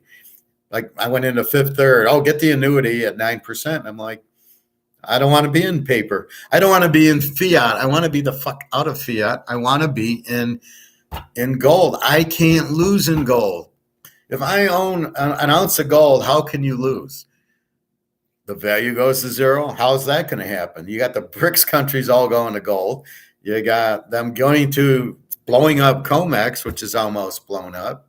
How the fuck is gold going down? It's not. And it's being suppressed anyway. So it can't really go lower. If you invested 60,000 in gold, like the guy did in that attack on Wall Street, he could never be zero. The gold would have some value. As it turns out, I did the research. It was $800 an ounce in 2007. Then it was $850, and then it was $1,100. So he would have his 60 grand would have been worth 100 grand, and he couldn't have lost because he has the gold. Then he wouldn't have killed anybody, and then it wouldn't have been a good movie. No, Bobby, you don't want to sell your gold and silver at these prices, and you don't have to. Right now, it's the buying time because it's cheap. We know it's too cheap. So when they tell us everybody's going to lose their money on the banks, and we know that. We're out of the banks. We're out of the stock market. We're out of the houses. But if you own your house, it's fine. You got to own something. You might lose value, but you don't have to sell now. But that's where that is. My Titanic BS gold is a Alistair. No, it's my video. It's the Teaserkings. I kind of stumbled on it. I don't know why. I just thought of it as this hit the iceberg is going to zero. I think I was going over the assault on Wall Street, and I said, here's the dollar. And then as it's going, this is gone. Now this is gone. Now this is what's worse. So I kind of compared it to the Titanic. So it's my video. If you go into my playlist, it's a couple days old. I actually covered it in my long video that day, and I said, no, I need to do this directly. This video, like just make a video on Titanic, and so you'll love it. It's just, but it's basically saying this has already hit the iceberg and it's collapsing. So you're already there. You're already collapsed. You're already at the iceberg. It's sinking. The water's going down. The water is coming into the thing, and you have 5 decks, and the first deck is stock, and the second deck's the bonds, and the third deck is the banks, and and then the houses, and it's all going to this, and it's all going to be sinking. And then here's the gold boat. JP Morgan's got it tied to the dock, and they're trying to get out. And I said, eventually the rope's going, and they're going to do that. Anyway, so yeah, it's not a long flight from Philly to Barcelona. Must be really closer on the coast, I guess, but it's like 7 hours instead of the 9 or 10. Anyway, so I will. So I already booked the flight. I got to book her flight. It's like $200, so that's nothing. And then I got to get the hotel, and then I got to figure out what to do. Will the U.S. dollar work there? Will I do ATMs? Will I get gold? Will I use my credit and debit card? So that the plan would be to use the debit card for food. So I paid for the flight with the credit card. I'll pay for the hotel with the credit card. Then I want to be done with the credit card. Then on the next side, all the food's normally on the debit card. So I put a couple grand in my checking account, and I just use that. And then when they won't take it, then I pull out 100 or 200 out of the ATM. But again, that has to be in my checking account. And I don't have a lot in my checking account, so I got to take money out of my safe to fill my checking account. So we will see. And of course, I got my taxes due on the 15th, which I don't think I'm going to pay the full amount. Unless I owe $3,000, they're only getting $1,000. And then they can say you owe. And I say, okay, let's go on a payment plan like I did. They will go on payment plans for you. So don't feel like if you owe $3,000 on your taxes that you have to pay all 3,000. They will penalize you in interest, but it's not a lot. And then you can go on a payment plan, and it's like mine was $128 a month, and I took years to pay. I was in no hurry to pay the government. Now, if they switch currencies, I don't know what they'll do, if they'll default and say nothing or the credit card. So I'm not sure, but at least I know the air's paid for, and then the hotel will be paid for, and Jenna's flight will be paid for. And then Jenna's going to need money when I'm there, so I'll have to figure that out, and I'll give her some gold and silver.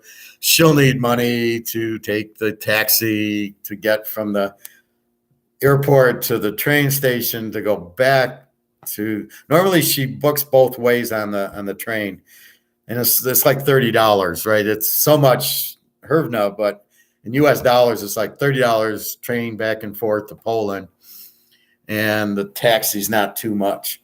So I got to figure out a way to put $4 or $5 grand in my checking account and then not be hit with other bills. So a little bit tight, but that's okay. And if I need to, I'll use my credit card more and just pay that off over a while. But once gold goes up, that's when I would cash in like a half ounce, take that money, pay the credit card off, or pay the IRS off, and okay, I'm even. But I am expecting the credit cards when the new money comes to zero out. Now, maybe I'm wrong, but I'll pay a little bit on them to keep the balances a little bit lower. But that's what I have to do. So anyway, what else? So college basketball. There's something I'm missing. Let me know, Bobby. But yeah, so going to Barcelona. College basketball, we got San Diego State, Florida Atlantic. I hit San Diego State against Creighton. It was weird. I had a terrible Saturday and a great Sunday. So I lose with Princeton in 10.5, loses by 11. And then I lose with K-State under against Michigan State. And I hit the Tennessee under. So now Florida Atlantic plays Kansas State. And I take Kansas State -1.5, thinking, well, they'll beat Florida Atlantic. They beat Fairleigh Dickinson, and Florida Atlantic wins. So I didn't. So I overrated Kansas State. And then San Diego State, Creighton, I have San Diego State. And then Miami against Texas, I actually took Miami because they beat Houston. And so they can beat Houston, they can beat Texas. And then I heard a player was out for Texas. I loved it over initially, so the over wins, and then when the guy's out, I take Miami. So I hit Miami and the over on that. So I go 3-0 Sunday, and on Saturday I lose Kansas State, and then I have Connecticut Gonzaga over 153, and it doesn't get there. So now we have San Diego State 1.5, 131 against Florida Atlantic. I've got under 131. And then I can't tell. I don't know who Florida Atlantic is. San Diego State beat Alabama. Probably more impressive than beating Creighton. So I don't want to lay 1.5 because I don't know if either team wins. It's not a surprise. But they play an under game, so I'm going to go under 131. And then we got Miami, Connecticut. I can't believe this line. Connecticut's 5.5. Over under 150. I love the over. And I love Miami getting 5.5. Miami just beat Houston and Texas. Houston gives up 58 a game, and then there's Texas. If they could put up an 80 on Houston, who has a strong defense giving up in the 50s, only Tennessee and them give up in the 50s, and I'm getting 5.5. So you think Connecticut's going to blow out a team that just beat Houston and Texas, and Connecticut beat Gonzaga and Arkansas and St. Mary's? Like, why would you be impressed with Connecticut? If they beat Kansas and UCLA, maybe. So I love Miami. That's 5-star. I love Miami plus 5.5 is a joke, and I love them over. They're gonna, if they scored 80 on Houston, they're gonna score 80 here, which gets you 150. So that's college basketball. Not a lot there. Again, and these are Saturday's games, and then I'll do a show on Monday's games, which I have no idea. I would guess Miami, San Diego State, because Miami beat Houston and Texas, and San Diego State beat Alabama. Florida Atlantic didn't beat anybody. Tennessee, Kansas State are okay. They're not Alabama and Houston. Connecticut beat nobody. So I don't know, because Charles Barkley likes them. Then I guess I don't. Yeah, Alabama and Houston should be embarrassed. Well, this is the problem I have with this tournament, Bobby. The real playoffs should have been Alabama, Houston, Texas, UCLA, Kansas, and they should play, best out of 5 series to get the best team, right? If you want to crown a national champ, that's how you do it. This tournament, so what? Florida Atlantic wins; they're the best team. They actually didn't have a bad. They had a 31-3 record. But let's say San Diego State, they're 27-6. They're the best team in college because they won a few games with good matchups in a tournament. So I always say the winner of the tournament is not the best team in college basketball. At least football. Now we know there should be more than 4 teams, but at least they play it. And Georgia beats TCU and they beat Ohio State. Yeah, they're probably the best team. You didn't have Florida Atlantic in the college football championship, or you didn't have the Lions in the NFL playoffs. Bama, Houston. Do you check out college football spring games at all? I used to go to the Michigan one because it would be free when they first started, and then it was like, nah, there's no point. Although it is good. The cheerleaders are there, the band's there. It's a half hour away, so I might go to the U of M one, but there's really no reason. I think it's this year or next year. It's supposed to. I don't know if it's 8 teams, 12 teams, or 16 teams. Mine would have been probably, I think 12 teams would cover it. I think every conference winner should be in. And then you have Georgia, then maybe Tennessee goes, or Alabama, or LSU, or like Michigan and Ohio State both went. Nobody from the Pac-10, they were loaded this year. You could have had USC and Utah. Utah got screwed. They should have been there. TCU, you probably should have had Baylor or Texas or Oak State. Somebody else should have. Well, not Oak State. They got the quarterback injured. And then you got there wasn't any good ACC team. But you can see like Ohio State and Michigan both got in. But there's a lot more than 4 teams, as you can see from college basketball, right? You got fucking Florida Atlantic and San Diego State playing, right? Which weren't even ranked probably in the top 20. And that's my point on college football. Let the BYUs in, or the Boise's when they were good, or whoever wins that Mountain West and the WAC. And look at, what was that Sunbelt team that kept beating everybody? I mean, James Madison, let them in it. It's football. Okay, they get blown out. Well, big deal. TCU got blown out in the finals. I don't see what the problem is. Those college football playoff games were classic. 2 great games that night. Yep. Well, I loved it. I was playing poker and I had TCU and they kept scoring. And I kept cheering, and the rest of the room's Michigan guys. And that's why they didn't talk to me. But I was like, look, I'm the professor. I picked the game and I fucking won. Fuck you. I don't just take, because I'm in Michigan, bet Michigan. I love TCU. I couldn't understand the spread. I thought it should have been 3 at most. And I'm still trying to figure out why anybody thought Michigan was that good and why people thought TCU was that bad. I believe that when you said the people at the casino were pissed at the professor, well, you got to understand the game's close. Michigan needs to stop. TCU scores a touchdown, and I'm like, yeah. Or I'm like, all right, touchdown. And everybody else is pissed because they're probably a bunch of idiots who bet Michigan instead of betting. Instead of analyzing the bet, going TCU and 7.5 is a joke. And then we teased it with Georgia, 13.5. It's a joke. Once we did that, it was a very easy play. There's no way Michigan was beating that team by 13 points. Now, we were smart enough to say, but we don't know what they're going to do with Georgia. I know it's going to be a high-scoring game because Georgia just put up 40 on Ohio State, and Ohio State put up 40 on Georgia. They're playing 80-point games with Georgia and LSU, and here's TCU with this great offense. The over-under was like 60. I'm like, okay, 54, that'll no problem. Where before it would have been under 66 would have been a lock. But I saw the defense wasn't what it was against LSU and Ohio State. How the fuck did they give up 40 points to Ohio State when they couldn't score 15 on Michigan? I'm going, something's up. And so I got on the over, and I got off of taking TCU. So I just said, nah, this is a change. Look for Georgia to play. But I played it prudently by going over, not taking TCU. There, I could have had TCU in 20, and I was like, no, take the over. It's much stronger than the 20. But, so I got it right. It's a damn shame that Tuesday, North Carolina was such a bloodbath.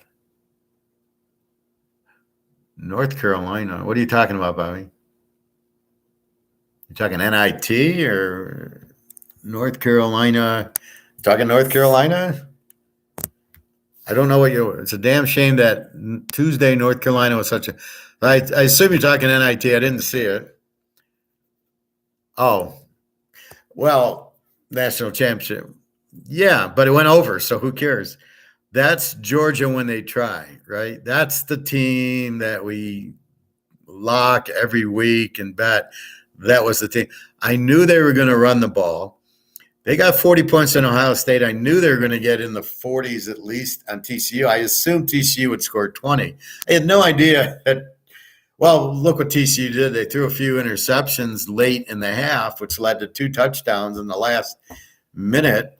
So all of a sudden the score's like 34-7 at halftime, and I'm only needing 54. So TCU gave them a few turnovers that caused it. YouTube is stopping my last comment. Oh, which one? I can see it's a damn shame. The national champion was such a bloodbath. I meant the national champion. So I see those two. I just didn't, if there's one after that, I'm not seeing. That's why I'm asking when I'm getting people on it, I don't see comments. Are YouTube blocking them? But they don't block yours. So, okay. So I'm glad I see your comments, but I'm only seeing yours. I'm not seeing anybody else's. So anyway, good to know. I just want to make sure everything's working because the point of this class is the comment response that I can give. You can ask me questions live. That's the point of the class. Most of these guys you see on YouTube, I can't ask Peter Schiff and say, you're an idiot. Why are you talking paper gold? Or Alistair McLeod or any of these guys. You can't really talk to them. And you can leave the comments, but they never respond. I've never once had anybody respond to a comment I put on their comments. So I don't know why they want comments. I don't want comments. I don't need Bobby to say great show. He says it here. I don't need Nick to say great show. I don't need anybody else to say I wouldn't pay the girls or Bitcoin and let's do Bitcoin. I don't want to start talking about that because it's irrelevant, and especially if it's left in a comment, I can't really respond. So I want the comment here. That's really my point of doing it live versus comments. Plus, you get some negative comments, and then it hurts you, and then you're like, you don't want to be negative, and you don't really want to deal with those. So that's why I really don't I don't need the positive ones that said it was a good show. I get it here. It's the negative ones that I don't want. That's why I don't do comments, especially in football. Oh, nice pick. You had Ohio State to beat Michigan. I don't need that. How about the other 80 I hit? So I missed one. Okay. Comment on TCU beating Michigan. No, I don't get comments on that one. Okay. I said how Georgia crushed TCU, but I used certain words they didn't like, I guess. Yeah, Phil had to find he can still come to class. He just can't put the comments in that he was going up, the talk about the girls was unnecessary. I don't really care if he helps, pays for dinners for girls or helps them with their food or helps a girl who's in the middle of a fucking war so she can eat. I don't that's what I do. I don't care if he does it or not. And I certainly don't need the crypto bullshit. Crypto's not good. I ran a video from Alistair McLeod laughing about crypto. I don't know what it is. I don't know the value of it. And therefore, it's a Titanic item, right? Is it gold? No. It's a gold wannabe, but it's really not. And then it's a Titanic item, right? It's hit the iceberg and it's going down. It's priced in dollars. Gold doesn't need dollars to get value. As we've said, we're going to go to Mercedes and give them an ounce of gold for a car. That's why I'm not really worried about the coin store. If I really need it, and if gold's 30,000 an ounce and the guy wants to give me 29, fine. I'll give you 92% of 30,000 if I really need it. More than likely, I'd go to Ann Arbor, or more than likely, depending on what I needed. If I needed the money for the IRS and the stocks and the credit cards, then okay, I lose a little bit. It's all going to that anyway. For the 1,800 I paid for it, and I get 29,000 out of it, fine, so be it.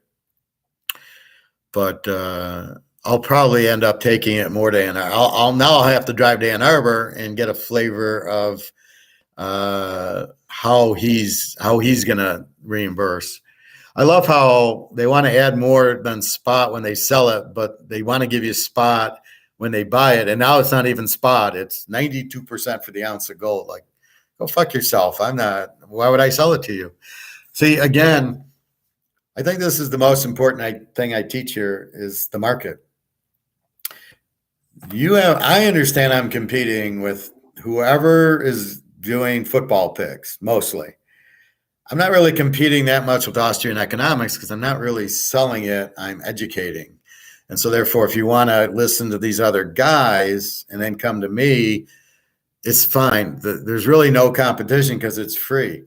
But in football, yes, I compete. So I have to do well, and I got to watch my prices and what I do.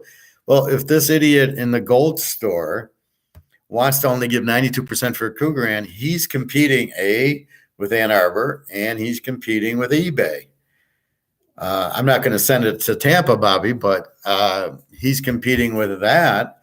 Now, let's say Bobby has a friend, and this is kind of not black market, but this is how we go off market.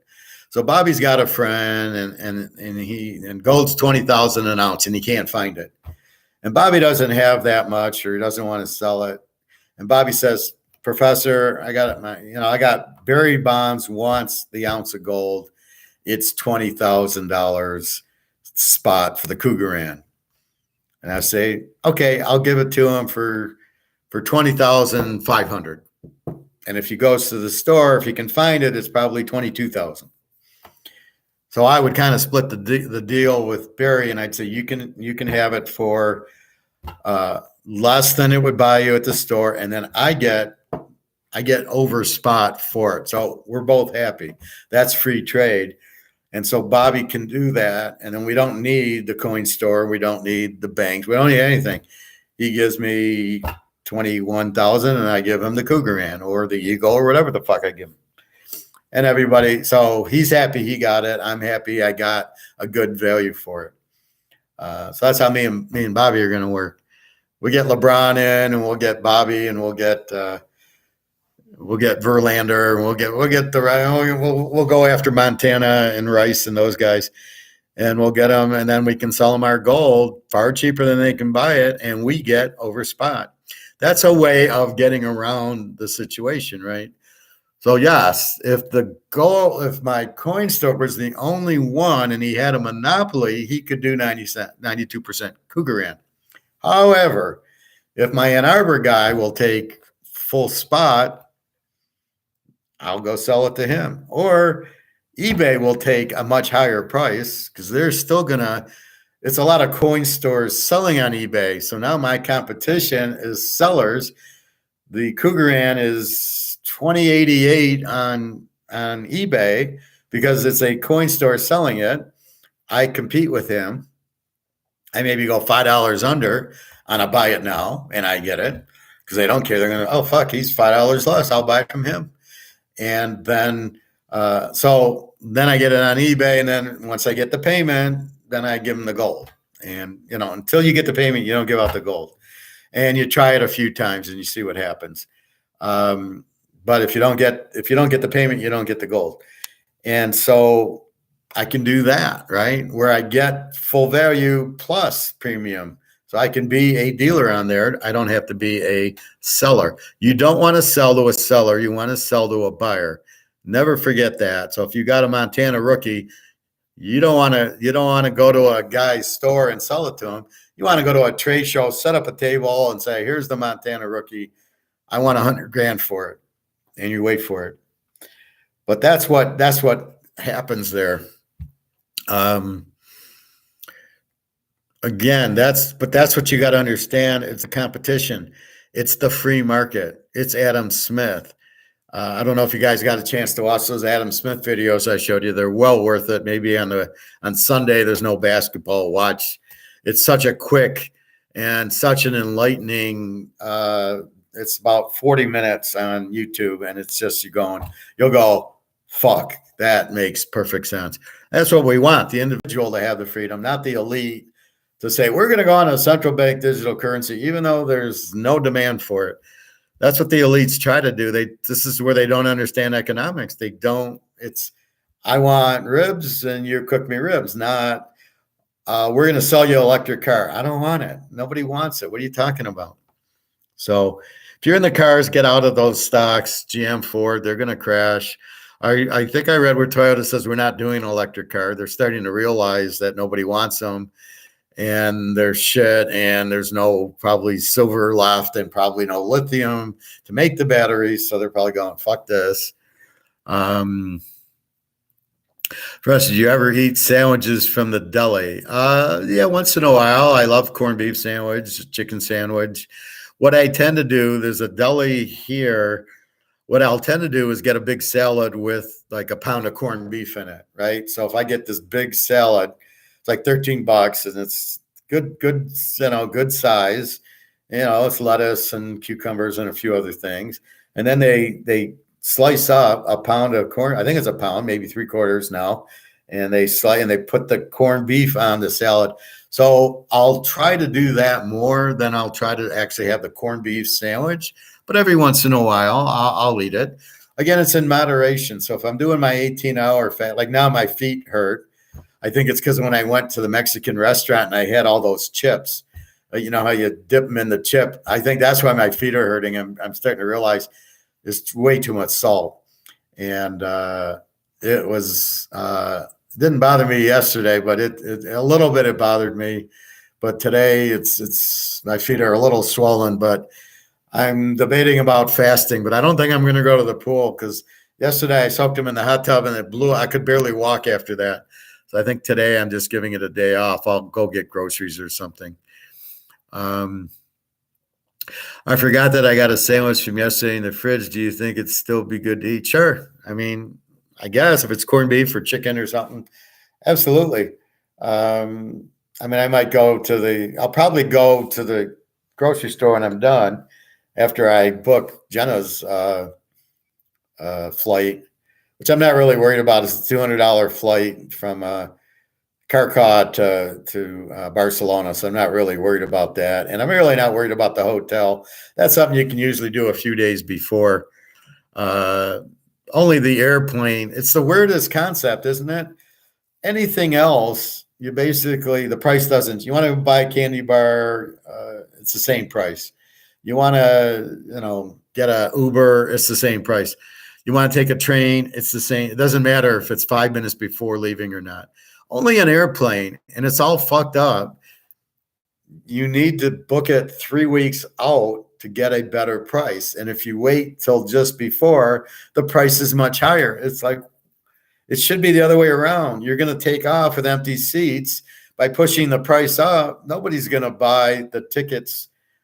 If you're within 2 or 3 days, nobody's buying the ticket because it's just too expensive. What are you doing? And it's almost like what they're doing, I think, is cash flow. Like now they have my money. They got my $1,000 today for 2 weeks out. So I think this is how they're thinking. And then they can plan the trip and how much. how many people, and then plan okay, yeah, we have enough for a flight or whatever. But maybe they can't handle if 50 people the day before want to take that flight. Maybe they can't handle that, so they just make it so expensive that people won't. That's all I can think of, because it's so weird. Anything else you do, if you want to take a train, she's going to take a train from Ukraine to Poland. We can pay for it today. We can pay for it the day of, and it's the same amount. It's $30 or something like that. It's a slow fucking train too. No, I went to the coin store yesterday. Like I said, they were kind of like weird to me. So I'm like, okay, unless I go to Ann Arbor, but it's a little, maybe not too late. I don't know. They keep weird hours there. Chinese I do on Saturdays, and she's closing. She's working Saturday, and then she's off for 2 weeks. She's going to close the restaurant for 2 weeks to take a break. And she's a real nice lady, but not a real smart business person. They must make a fortune. What she should do is charge more and have a second or third locations. Because if I'm driving, let's say 25 minutes from my city to her city, and I get General Chow every week, and she raised her price from $11.99 to $13.99 every week. The price, she just gave a $2 price increase. She's got so much. She gets traffic at 3:00 on Saturday. I'm waiting. There's 5 people in the line. 6:00 on Saturday, and it's just a carryout. And she probably has a few people in the back, but she does everything herself. She should hire people to do it, hire more chefs, and then put a second location where I'm at, which is heavily populated. And then you would get this whole side coming to you and this whole side, and then where she is coming to her. And she should be charging, instead of $13.99 for General Chow, $15.99 for General. Because I guarantee you, even if it went up to 20, I'd be there. Maybe I'd go every other week instead of every week. But she's still the market's here and she's here. This is one of the few exceptions to the market where normally Oreos are now $5, but the market's $2.50, where the market's like $20 and she's at $13.99. So she doesn't get it. She's scared to chase people away. That's why she's always crowded. So she needs to raise her prices and see the people not show up. Or if she did a second, I teased her. I said, you should put one of these in Alabama. She'd have people out the door every day if she had something in Alabama, because there's no competition. Laugh all out. The guy's shirt is running the professor out of the door. I got to lay the smackdown on him. By the way, it's a turkey sub, Professor. Oh, enjoy. Although the subs you got to be getting, it's a lot of bread. That's why I don't go. I used to go to get tuna subs, and I don't even eat that much tuna anymore because it's really not that good for you. But the subs are very bad because the bread is just, you're eating like 3 spoons of sugar, Bobby. At least if you go to the deli and you get the whole wheat or the pumpernickel or whatever you get with your pound of corned beef, that's okay. That's not as much as a sub. What else does she make good? So in other words, try to get the corned beef salad or something like that, where it's salad and meat. The meat's fine. You can have 5 pounds of corned beef if you want. But the turkey sub, you got to be careful with subs, right? You got to be careful with bread. But yeah, I had a hamburger the other day. I think yesterday I didn't have anything, so I stopped at a Coney Island and I got a hamburger and I did have the fries. Normally I get chicken, I get chili, and so I had the hamburger. I did have the bun, which I thought about it and said, fuck it, and I had it. But I normally would cook my own ham. That's why I cook my own hamburgers, because it's far cheaper than doing that. But I just didn't want to cook. What else does she make? The egg rolls are excellent. She's got this other chicken dish, which is chicken and vegetables, which is very good. Sweet and sour chicken, almond boneless chicken's all good. She does a lot of shrimp dishes, but I don't eat shrimp, so not very much, so I never try it. The beef's okay, but to me, I'll have a steak or a roast. I don't go to Chinese for the beef. I tend to go there for the General Chow, or I think it's Hunan chicken or sweet and sour or something. Now, normally, if I was eating there, I'd get the soup, which was good, the wonton soup and the egg roll, and then I'd get the dinner. That's what I don't like. I want to actually eat there. I don't. I'm so tired of bringing the food home because I'm cooking all the time, so I'm always here. And so that's what I like to go to the. That's why I went to the Coney yesterday, was just to get out and sit down, let somebody else cook for me, and that was fine. But my feet were unable to walk. Like now, my feet feel a little puffy, probably from the chips from the Mexican restaurant. The question is when I put my shoes on, there seem to be tightening up because my feet are a little swollen, so therefore they're not. They're when I put the shoes on, they can't breathe, and they're usually fine in the hot tub or the water. They are fine. I worked out in the water yesterday; they were fine. And then I get in the hot tub and they all blew up, and then I'm limping into the shower and I'm limping out. And then I get to so I was fine in the pool. I'm running and walking, and my feet don't hurt at all. And I go, oh, it finally feels good. My feet don't hurt. And then I jump in the hot tub, I get out and I can't walk. And it's like, what the fuck? So I probably won't work out today. I'll probably just go to the grocery store and get that. So she makes all her chickens good. The sauces, she doesn't fry, she walks, so it's just no MSG. It's very healthy, which is unusual. Most Chinese is deep fried. That's why it's hard to eat it, like in Alabama. May need to hit a 24-hour fast soon. I might do that today. I'm very tempted. All I've had all day is the coffee. I ran out of avocado. I ran out of dark chocolate. So it's really the perfect day. Sometimes I go grocery shopping and then it hits me the diet and I've got all this food and I like, what the fuck? Now is not the time to diet. Now is the time to diet. I got to cook the chicken up. And I think I have a cauliflower that is still wrapped. I need to cut up, but it's perfect. I don't have any food. So I might do, and you really don't do a 24-hour fast. You really do like a 42-hour fast. Because if I don't eat today, it's 24 hours. Then I go to sleep. Now I'm at 36 hours. And then I wait till lunch tomorrow to eat. It's really 42. So you really don't do a 24-hour. Well, I guess if you eat dinner and then you wait and eat dinner the next day is a 24. But the way my feet are, I think I'm going to stretch this to a 42. I think I'll eat tomorrow at lunch. I think I'll go to the grocery store, which is hard enough when you're starving to go to the grocery store. I thought Coney Island was in Brooklyn. Yeah, it is. We got one here too. It's funny, all the Coney and they're not in like Vegas and other cities. The Coney Islands here, it's just normally you get a burger, you get a hot dog. The salads are okay. There's really not a good chicken dish on them. I went to the Mexican place just for change of pace, and I got instead of getting beef, I got chicken. So I got a chicken breast, these peppers, and then rice, and then I ate all the chips, and it was like like $13. I go, this is expensive. This little chicken breast and the veggies and the rice, like this is like a $5 meal if it was at Coney Island, but it's classier than Taco Bell. So really that's what you're looking at. So I ate there, it's like you just need the change of pace. So we will see, but I'm excited that I'll see Jenna in a few weeks. We talk every day on WhatsApp, but there's something when you're with her, it just makes it all the much better.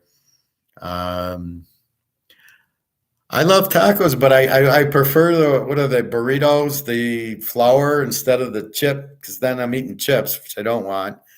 I can get a bag of Doritos, so I would get the whatever they're called, enchiladas or whatever. Any good sushi places out there? I don't know. I'm not a big sushi fan. I'm sure there are. Well, there's good sushi at the grocery store. they'll make the sushi there. So you can just, when I go to where I get my meat, they have a sushi counter, and I can just grab some sushi there, guy. I used to have terrible trouble with my S's when I was in like fourth grade, third grade. I couldn't say them right. But anyway, you can get them there. Now, there are some sushi restaurants. But in my instance, I just assume pull a thing out of the deli counter at the grocery store and get mine that way. Anyway, so that's what's happening with that. So be careful with this YouTube shit and 99% of the people. Well, we already know that. Why did they do that? And I always write terrible comments to them going, what the fuck are you doing? Why are you saying it like this? Why are you trying to scare people? And they're doing the headline to get watched. And I look and they got like 300 people. And I'm like, that's nothing for Peter Schiff that has 300 people because they all can't stand him. He talks like an idiot. A lot of these guys talk and don't make sense. Is there ever time I talk and you don't understand what I'm saying? Am I using like really strange words that you're like, what the fuck did he just say? I see that all the time, even on Andrew McGuire. I'll see in the comments, well, I don't know. I listened, but it was all over my head. But I like listening to it. And I catch most of it, but he'll do these drain rinses and, the Comex, and they ring the fence. And I'm like, what the fuck is he talking about? I don't ever try to go to that route with you. I try to explain it as if, we're in fifth grade now, and I want to make sure you get it. There's no point in me teaching you and you don't understand. And I learned that, as I told you, from girls softball, where I tried to teach a girl how to hit, and I could see she didn't get it. So I had to try 2 or 3 different ways till she finally got it. And so what that taught me was, if you're going to teach, the audience has to, the headlights have to go on, or you haven't taught. And if you're going to teach, the headlights got to come on. So let me know, Bobby, if there's ever, I didn't get what you meant there. I get very few of those from you. I more or less ask you a lot, like, what does NC mean? Oh, national championship. But I don't get how, Professor, what do you mean here? You'll ask my opinion, and I give it more than anything else. So keep in mind, gold, I would assume. Now, I don't know what this 3 days means. I think that's when Saudi Arabia is going to join BRICS. But we already know that. Why would that trigger anything if we already know that it's happened? And it's happened a month ago. Now, maybe 99% of the people in America listen to CNN and don't, until they see it, won't understand it. I guarantee you CNN won't even show it. I guarantee you watch the news and you tell me if you see Saudi Arabia joining BRICS, if you see it anywhere but YouTube. I can guarantee you the major networks will be talking about Donald Trump took, bought a cigar, and Biden this, and Harris that, and the government this, and the banks are collapsed. They'll do everything but talk about it. And that's why when I see these headlines, it doesn't matter. It's not going to get out. So we know what to do, but most of the people don't. That's why they're all blind to buying gold and silver. They don't get it. They don't get what's happening. That's why I even named it Titanic. If you go into my video, it'll say gold versus the Titanic. And gold and the dollars hit the iceberg. And the reason I do that is I'm hoping to catch some other, if I call it Titanic, I might get people who ordinarily don't catch me to happen to search Titanic or gold and catch it. And then they can say, oh my God, look what's happening. I'm trying to help people. So that's the warning I'm giving. But with that said, I don't know what they're up to as far as, I'm in stocks. A lot of it is a comfort level. I got 200 grand in the bank and, it'll be okay. Like at Silicon Valley happened, but they got their money. Supposedly nobody really knows. My money's okay. Nobody knows. You got money in a credit union. Is that okay? Who the fuck knows? All you know is, do I have a balance? Yes. If I need to go to the bank for money, can I do it? Yes. Okay, then that's why it doesn't concern it. So people look at their accounts, it's still there. Are they going to get notified when the shit hits the fan to get their money out? I don't know. All I can do is warn you, but I can't tell you it's going to happen tomorrow. I can tell you it's going to happen, but maybe not tomorrow. Will the banks collapse? Yeah, they are, because they're in a problem where they have to pay the people out. And if the people come and take large sums out, then they got to find the money somewhere, and the bank doesn't have the money. That's really the problem. The bank doesn't have the money because so if I'm a bank and Bobby gives me $100,000, I don't keep it. I lend it out or I buy bonds with it. Bobby's $100,000 is gone. So now if Bobby comes back to the bank tomorrow and says, I want my $100,000, I don't have it to give it to him. I've already used it because I have to invest it because I'm going to give Bobby 2%. So I got to go earn 5%. So I'm earning 5% and Bobby's got the 2%. And if Bobby pulls his money, I either have to sell what I've gotten or come up with, I got to print money or get money from the Fed to give Bobby his money. So what I'm going to do is say, Bobby, I can't give you the, what is it, 200,000, 100,000, whatever. I can give you 10 grand. That's what I have in the safe. And that's the problem. They're not keeping the money you give them. They're investing it. So it's out. So if they're not expecting people to come, it's like Madoff, right? Madoff said, if you pull your money, you can't come back in the fund. And everybody's getting 15% going, okay, I won't pull my money. And therefore, he never had to pay out. He keeps getting money in. He's not paying out. And that's the thing with the bank. They never think you're going to come and get your money. So Bobby's got 200 grand in the bank. The bank's assuming Bobby's never going to come for this money. So I'm going to just invest it. So it's free investment money. And that's the thing. So they never think Bobby's coming for his 200 grand. And by not telling you about gold, Bobby's certainly not going to come get it to buy gold. That's a no-no. You can't buy gold because where are you going to get the money? You're going to pull it out of the bank to buy gold. That's what people are doing. So the demand for gold's huge with these bank runs. That's the problem with the bank run, or the bank problem, right? The bank crisis is people pulling their money out and they don't have it for them to pull. That's why the banks are collapsing. And normally they would just keep printing money to cover it. But if everybody runs, then they can't do it. And that's really the banking problem. It's all Madoff Ponzi scheme.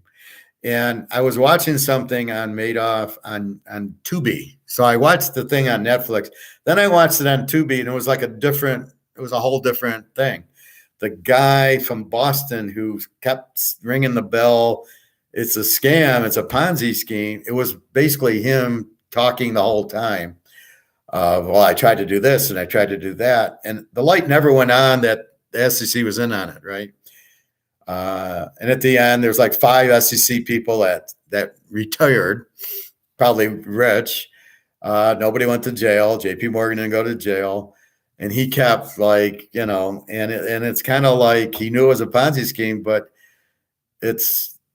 nobody's going to listen to you because they're all in on the take, and he's too stupid to understand that. But it was a little bit different. Then they showed how Madoff had all these people in on it.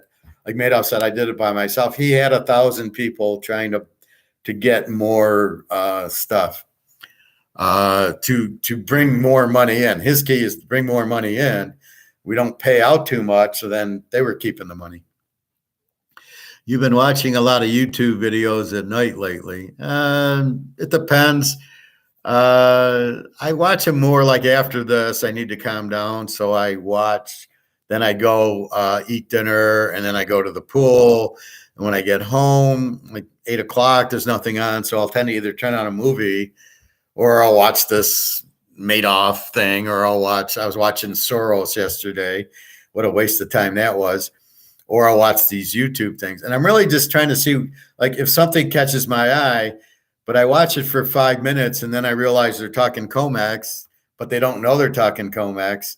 And so I just turn it off and give them a negative and say, you're a fucking idiot. Why are you wasting everybody's time when you don't know what you're talking about? Why are you talking about paper gold when it's about to blow up? And that's why you realize they're stupid, is because they don't understand there's paper versus physical, or they don't understand COMEX is going to blow up because of what the BRICS countries are doing with the gold-backed currency. It's one or the other that they're not getting. And that's really the issue. And that's why would I listen to a guy who doesn't get the difference between paper and physical gold? Just like the coin store who wants to give me 92%. Well, fuck you. The only problem is I'll go there to buy some silver once in a while, but now I got tax season and I got credit cards and I got a trip, so I probably won't be buying gold and silver for a while, and then it'll be skyrocketed, and then I'll be selling it more. And it's like, okay, at what point do I have enough? I don't think you ever have enough, but it's just, okay, I need money for other things. So eventually, like, it's April 15th, I need tax money. So eventually things like that happen. Well, it depends. Are you going to watch movies? I mean, on YouTube, I was watching Michigan, Ohio State 1972 games. I think I told you I was watching the USC UCLA 72 game. And you had Pat Hayden, Anthony Davis, Lynn Swann, J.K. McKay, and Ed Obradovich, the tight end. It was like, fuck, how did they lose? I think they might have lost one, but that was like, I think that was the year they killed Ohio State in the Rose Bowl. But you see Swann in college that year, and he didn't make all the loopy doopy catches that Bradshaw made him catch, because Bradshaw couldn't hit the broadside of a barn. I think Lamar Jackson can't throw. Bradshaw couldn't hit the broadside of a barn. I mean, he sucked in the first few years. That's why they pulled him for Jefferson Jordan, or whatever his name is, Jefferson Street, with the shoes and everything. That's why they went to him. He sucked. Bradshaw was incapable of reading a defense, throwing the ball good. And if you notice that first Super Bowl they won, and even the Immaculate Reception, where was he throwing the ball to? But when they beat, so that's 72, but then in 74, they beat the Raiders. It was all running. It was all Franco Harris. And then they beat the Vikings 16-6 because Bradshaw couldn't hit the broadside of a barn, but Franco Harris was able to. So it was basically Franco Harris. And that was the difference. You've seen that show called Power Slap? No, I don't think I have. What is that? Is that a YouTube show or Netflix or what? Power Slap. Sounds like a hockey show. Slap shot. I don't know. Anyway, I broke out the NFL draft like this. I basically used logic to figure it out. Dana White made it. Who's Dana White? Is she somebody that slaps people, or? So here's how I figured out the NFL draft. Let's go through the Steelers draft. So they drafted Joe Green, then they got Bradshaw, then they got Franco Harris and Mel Blount, and then they got a couple other guys in 73. They had Andy Russell. 72, they got Franco Harris and Jack Ham. 74, Swann, Stallworth, Lambert, and the center, Mansfield. That's what a team needs to do now. What's Houston going to do? They're going to draft C.J. Stroud. Where's that going to get them? You need Joe Green right now, Houston. You need Joe Green, Lambert, and Mel Blount in this draft. And you don't care about the quarter. You're so bad it doesn't. What are you going to? And C.J. Stroud, what's he going to do? Is he going to get you the 2 wins next year? Or even worse, Richardson, what is he going to do? That's a joke. I mean, that's not even a quarterback. I mean, we think Lamar's bad. Richardson's much worse than Lamar. So I don't really get that whole thing. But that's how you build. Get your Joe Green, get your Jack Ham. The next year you get your Franco, and you get a receiver, and then you get your Lambert, you get your Mel Blount, you get your Mike Wagner. And then the following year, you get Swann and Stallworth. Now you're ready for 7-8 years. Participants literally slap the hell out of each other. Dana White is the guy who runs UFC. Oh, I thought it was a girl, Dana White. Slap the hell out of each other. I've seen that in other type of movies that I don't want to get canned here, but not. I never this Dana. I'm not into this mixed martial arts. I don't. All they do is sit on the floor. One guy gets them in a figure four. The guy submits. Only the difference is it's actually a real figure four or the foot thing or the Brock Lesnar thing. They're all on the ground. It's the boring. It's so boring to me. Who was it? The one guy. Oh fuck! What's it? I can picture him. Ken Shamrock. So he used to be in it, and he'd do that foot lock. Then he comes in the real to WWF, and he does the same foot lock. And they kept saying, but he doesn't understand. This is not real. Like the MMC is, you actually are trying to get the guy to submit. And he's saying, but in the WWF, it's about the crowd. You're selling to the crowd. It's not about actually putting the guy in the hole that he can't break as you break his ankle. And Brock Lesnar does that. He breaks these guys' arms. It's like, no, this is why I can't even watch wrestling now. That's not what wrestling is. It's about Ric Flair going woo and The Rock smelling what you're cooking and Stone Cold. It wasn't real. The Undertaker, he doesn't actually knock your head into the turf. He because they were saying the moves that these guys wish they didn't do. And the Undertaker just killed his knees because he'd land on his knees, not the guy's head. And Stone Cold says he wished he didn't do the stunner because it hurt his shoulder. And then Hogan with the leg says, I wish I never did the leg drop because it killed him. So that's what you have is a lot of people that it's not real, guys. It's entertainment. Yeah, Kurt Angle did the ankle. Yeah, but it's mixed martial arts. We don't care about that. That was the thing of the WWE. We liked Bret Hart doing it, right? Because it was actually wrestling moves. And then he'd get you in the figure four or the other thing. And that was okay. And you knew it was kind of fake, but you still liked him. And then the guy would kick out, and it was more acting. It was more like a TV show than it was a sport. And now these guys ruined it. I don't want to see these guys do the leg if it's real. I don't want to see them breaking the guy's arms and legs. I can go to MMT and watch that if I want to, but I don't really want to watch that. Anyway, so that's my idea of the NFL draft is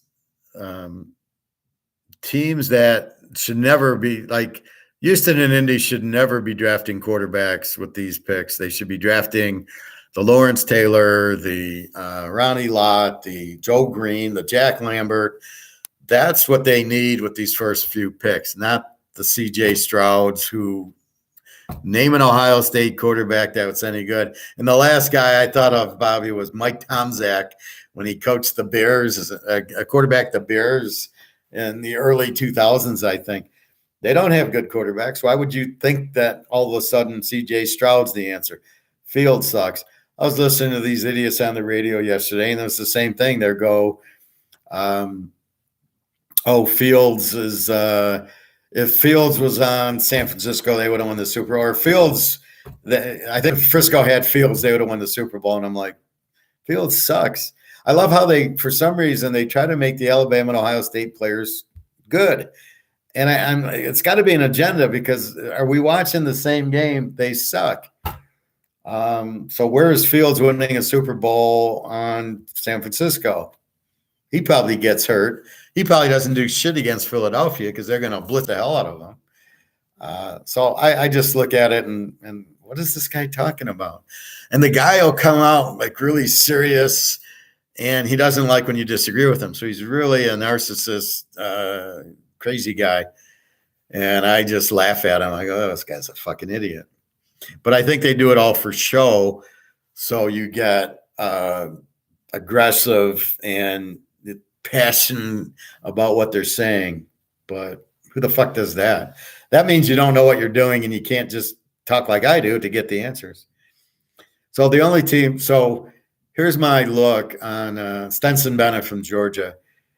He should go to the following teams: Baltimore, who has the defense and the running back and the pick up a receiver. Put Stenson Bennett on it, who's won 2 national titles, who doesn't need work. He can go there. He can go to Pittsburgh, who has the defense, the running, the receivers. Pittsburgh would be much better with him. You can put him on San Francisco. They'd win the Super Bowl. And you can put him on what was the other team? Not Cincinnati, not Cleveland, not Houston, not Indy, but like maybe Tennessee, but you got rid of Henry. A team with a good defense, right? They're already loaded. They just need an experienced quarterback, not one you need to train. So C.J. Stroud and Richardson should not go there. Then I thought Thompson Robinson would be good on a Baltimore or San Francisco, somewhere where he's kind of mobile, but he's a good quarterback and he really lights it up. So that's if I'm the Niners and I can get Thompson Robinson or Bennett, which it looks like they will not go in the first round, I would be all over them. Get rid of Lance. What do you got on Lance? He played 1 year as a freshman, and that's it. So what do you have on him? So I would pick up Bennett, who's won 2 titles, and Thompson Robinson, who's a senior, are much better than Lance. No communists today. What do you want to know about communists? Well, they're just not free market.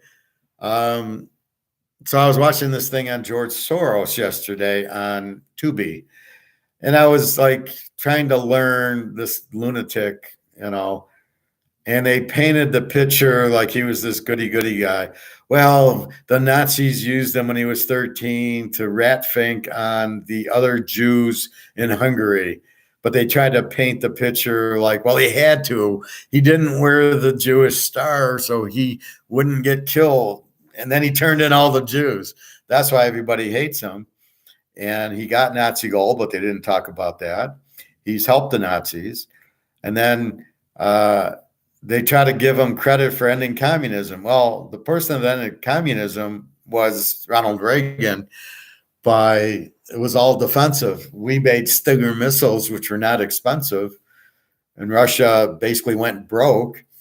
And Reagan basically said, "Take the wall down," and the wall came down. It was because of Reagan and the Pope did it, not George Soros. So he's trying to take credit for ending communism, but then he does Black Lives Matters, but he didn't want to talk about that. He made it look like, well, I go into these places and I'm there for the working man, communist, and the poor people, and I help them out so they can do what they want, and they won't be impoverished. So I'm helping them is what his thought. And I'm like, you're doing exactly the wrong thing. You want freedom, not you're advising military and Black Lives Matter and all this problem, and you're donating them, and you're fixing elections, which wasn't brought up. So a lot of the shit that he does, they don't bring up, and he's trying to say, "Oh, look, I helped the Jews by, you turned them in, you motherfucker." And then he just everything he did is fixes elections. That wasn't brought up. And then there was a point he's on a Fox show, 2008 or something, and the guy's just laying into him like, "You're freaking Nazi and you're fixing elections." And he says, "Well, what proof do you have?" Really? You're gonna play the "what proof do you have" card? So communism is it's a top down. It's the government makes the decision for you. And in our Adam Smith world, we make the decisions, and then the companies make what we want, and then it's free market, right? Whatever we want. And then as our tastes change, you change. Do we want electric cars? No, don't make them. Do we want different, now everybody's getting off of sugar. Okay, so we need different things, We don't want to fry foods. We want a different thing. So as we evolve and we learn things, we then our taste change and the market changes. And that's really free market, but you can't map it up in communism where it's top down and the government dictates. And they would be, well, let's look at New England. Look at their trends the last 5 years. Then you go, Tom Brady's not on the team anymore. You can't use the New England trends. You can't use the Indy trends. Peyton Manning went from Indy to Denver. You can no longer use those trends on either Indy or Denver. How will the government do that? Oh, something's changed. They can't possibly figure that out. But in the market would. Oh, wait. We're all going to bet Tampa Bay now because Tom Brady's on Tampa Bay. And we're going to lay away from New England because Brady's not there, even though all the trends were New England. But that's Brady trends, not Max Jones trends. And that's the beauty of the free market. We see it. We make the change. We buy gold because the dollar's collapsing, because of BRICS, because of Saudi Arabia joining BRICS and the dollar not being the lead. So now we adjust. We go buy gold and silver. That's what we do. We see it. We see what's coming.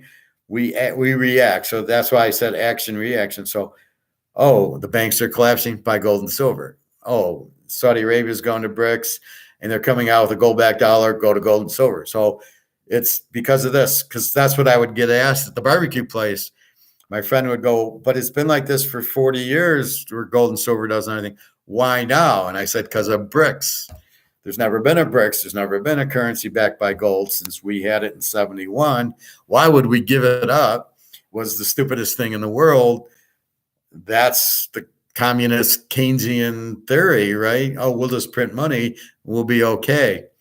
And that's really, and we dominated the world. Everybody needed US dollars. So we could hide a lot of stuff. Now nobody wants it. Now the shit's hitting the fan. And that's it. So 3 days, I don't know what that means, 3 days. In my mind, it doesn't matter 3 days. It's not really an issue, right? It's not anything. 3 days is all that is Saudi Arabia. And then what happens? So the dollar's worthless. We already know that. There's inflation. We already know that. You're not telling me anything I don't know. I've got you caught up for the next 6 months, right? Banks are collapsing. Get your money out. Dollar's not going to have the lead currency. Put your money in gold. We are already prepared of this is what's going to happen, and we're 5 steps ahead of the game. Okay, the question is this, the answer is gold. The question is this, the answer is gold. The answer to everything is gold, and that's where the Titanic comes in. Everything's the Titanic, and it's hit the iceberg. Now, you either jump off the Titanic and you go on the gold boat, or you sink. What do you want to do? And I don't know how to make it any easier. So we've covered all the bases. So these guys, it's just when will it happen? And then what do we do with it? Okay, so we've got our gold and silver. Now, okay, where do we go sell it? Or do we sell it? What's the new money going to be? How are we going to pay our heat and our rent? What money are we going to use? Are the banks still going to be there? I guarantee you the banks will still be there. The banks aren't going anywhere. Some of the smaller ones might. Wells Fargo and Bank of America and Fifth Third, my bank, and JP Morgan Chase, they're not going anywhere. They need the banks because the central bank digital currency is not going to work for 350 million people. And it's going to be slow anyway. It's going to be, oh, you want to get it? Okay, you can get the digital currency because you're poor. But people like us are going to say, fuck you, I don't want it. I'm not going to be controlled. And we'll have our gold and silver. And however they're going to pay us at our jobs or Social Security, they're going to pay us.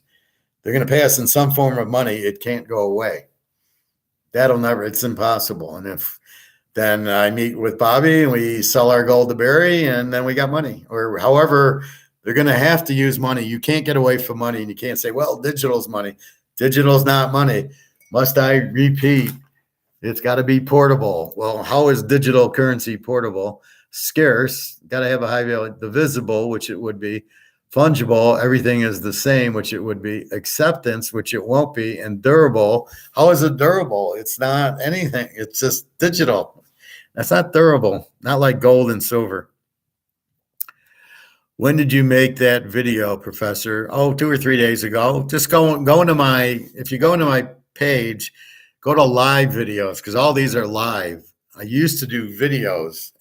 And so if you go in and you see on the top, it'll say video, then it'll say live. Click on the live, and then you will see the last, all my live videos. And it was done, I think, Monday or Tuesday. I was really excited about it, but it'll be there. Let me know, but go click on the live tab on my homepage, and you will see, then you'll catch it.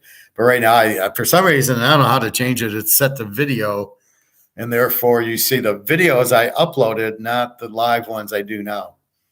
So let me know. But you'll thoroughly enjoy it, and that's what you share with your friends and family. Your dad wants to understand, just show him that video.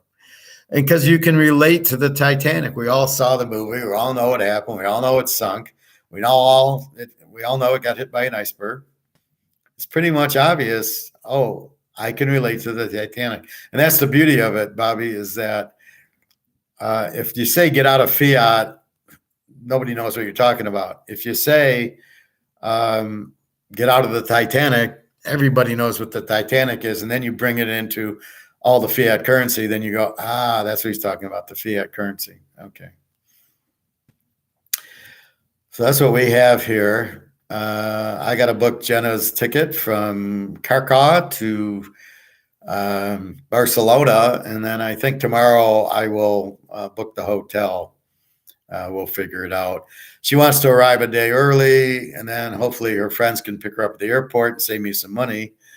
Otherwise, she'll need a cab. So I'll have to give her, well, I'm going to give her money anyway for the cab to her train station, and then the bus from the train station to the airport in Poland. And then she'll need money for food, and she'll need money for that. So anyway, that's what'll happen. What else? NCAA, we got, I don't know, Miami, Connecticut, and San Diego State, Florida Atlantic. If it draws 5 people, I don't even know what time it is, and maybe I'll watch the Miami game. I have no desire to watch Florida Atlantic, San Diego State. Are they kidding you? Let me know if you found the video, Bobby. I know I've seen it on my thing. I've seen where it's like a 17-minute video. I think the beginning of the week or the end of last week, within the last week, I think. They might have done it Thursday or Friday. I don't know, but I was excited about it. So I got to book her flight, the hotel, put some money back into the bank to cover ATMs and or food. Although now I might just use credit cards more for the food, or I'll bring 500. It's like bringing 500 and then having money on my for the ATM and having money for my debit card. I guess it's the same thing. If I don't use the debit card, I use the ATM, so I don't need extra money for that. And then, are they going to take it? Is Spain going to take U.S. dollars? I think at this point, yes, but maybe not later. This will be interesting to see what happens, but who knows if I'll be coming home. I might just have to stay in Barcelona or go to the Ukraine with Jenna or Poland or somewhere, because I don't know what the fuck when the shit hits the fan, what'll happen. So let me know if you got it, Bobby. Otherwise, I think I'm at my 3-hour window, and I think that's enough time.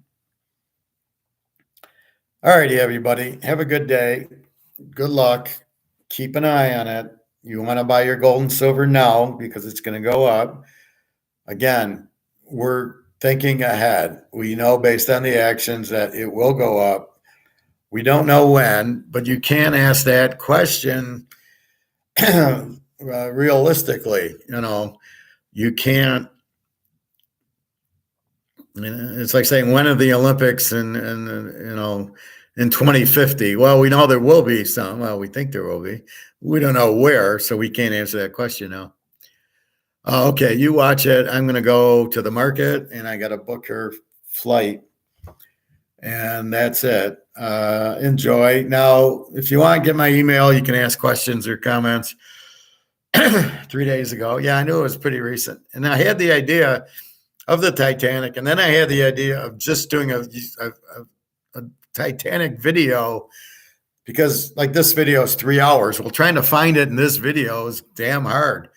But if you make a specific one, like I'll do an NFL draft, I'll just do an NFL draft one and then, do others. So I'm combining a lot of stuff and I might start breaking it out. Okay, we talk gold. Okay, done. And then now let's do football. Okay, done.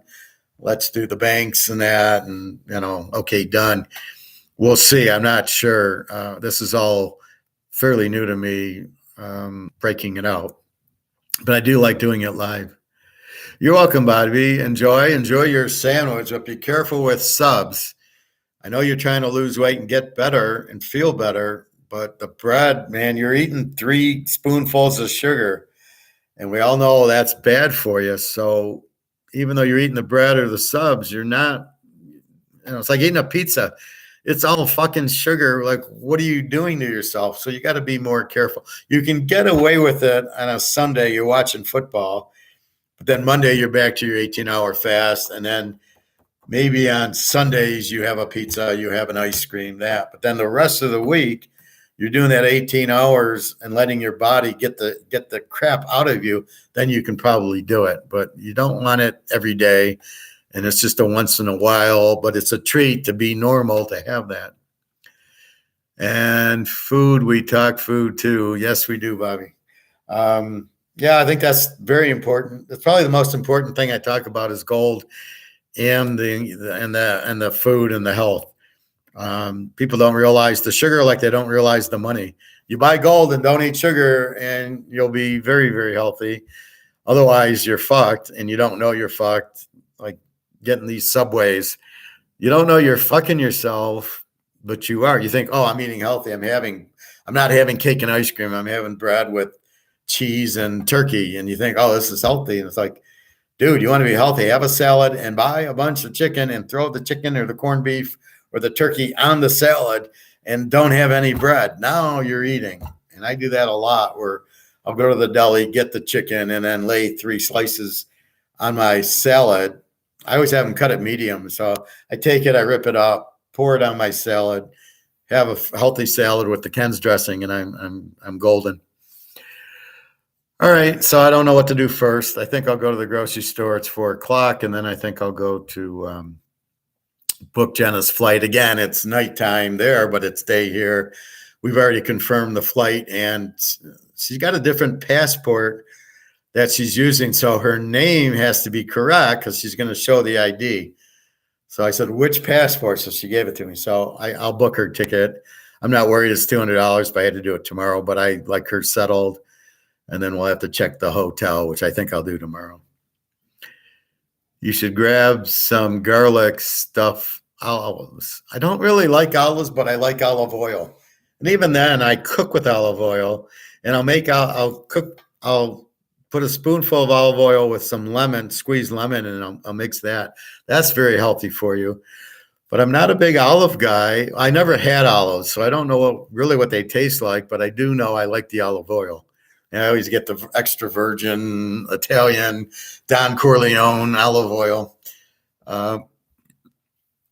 So I do have garlic. I have garlic salt. I don't get the fresh garlic Gordon Ramsay does and squeezes them.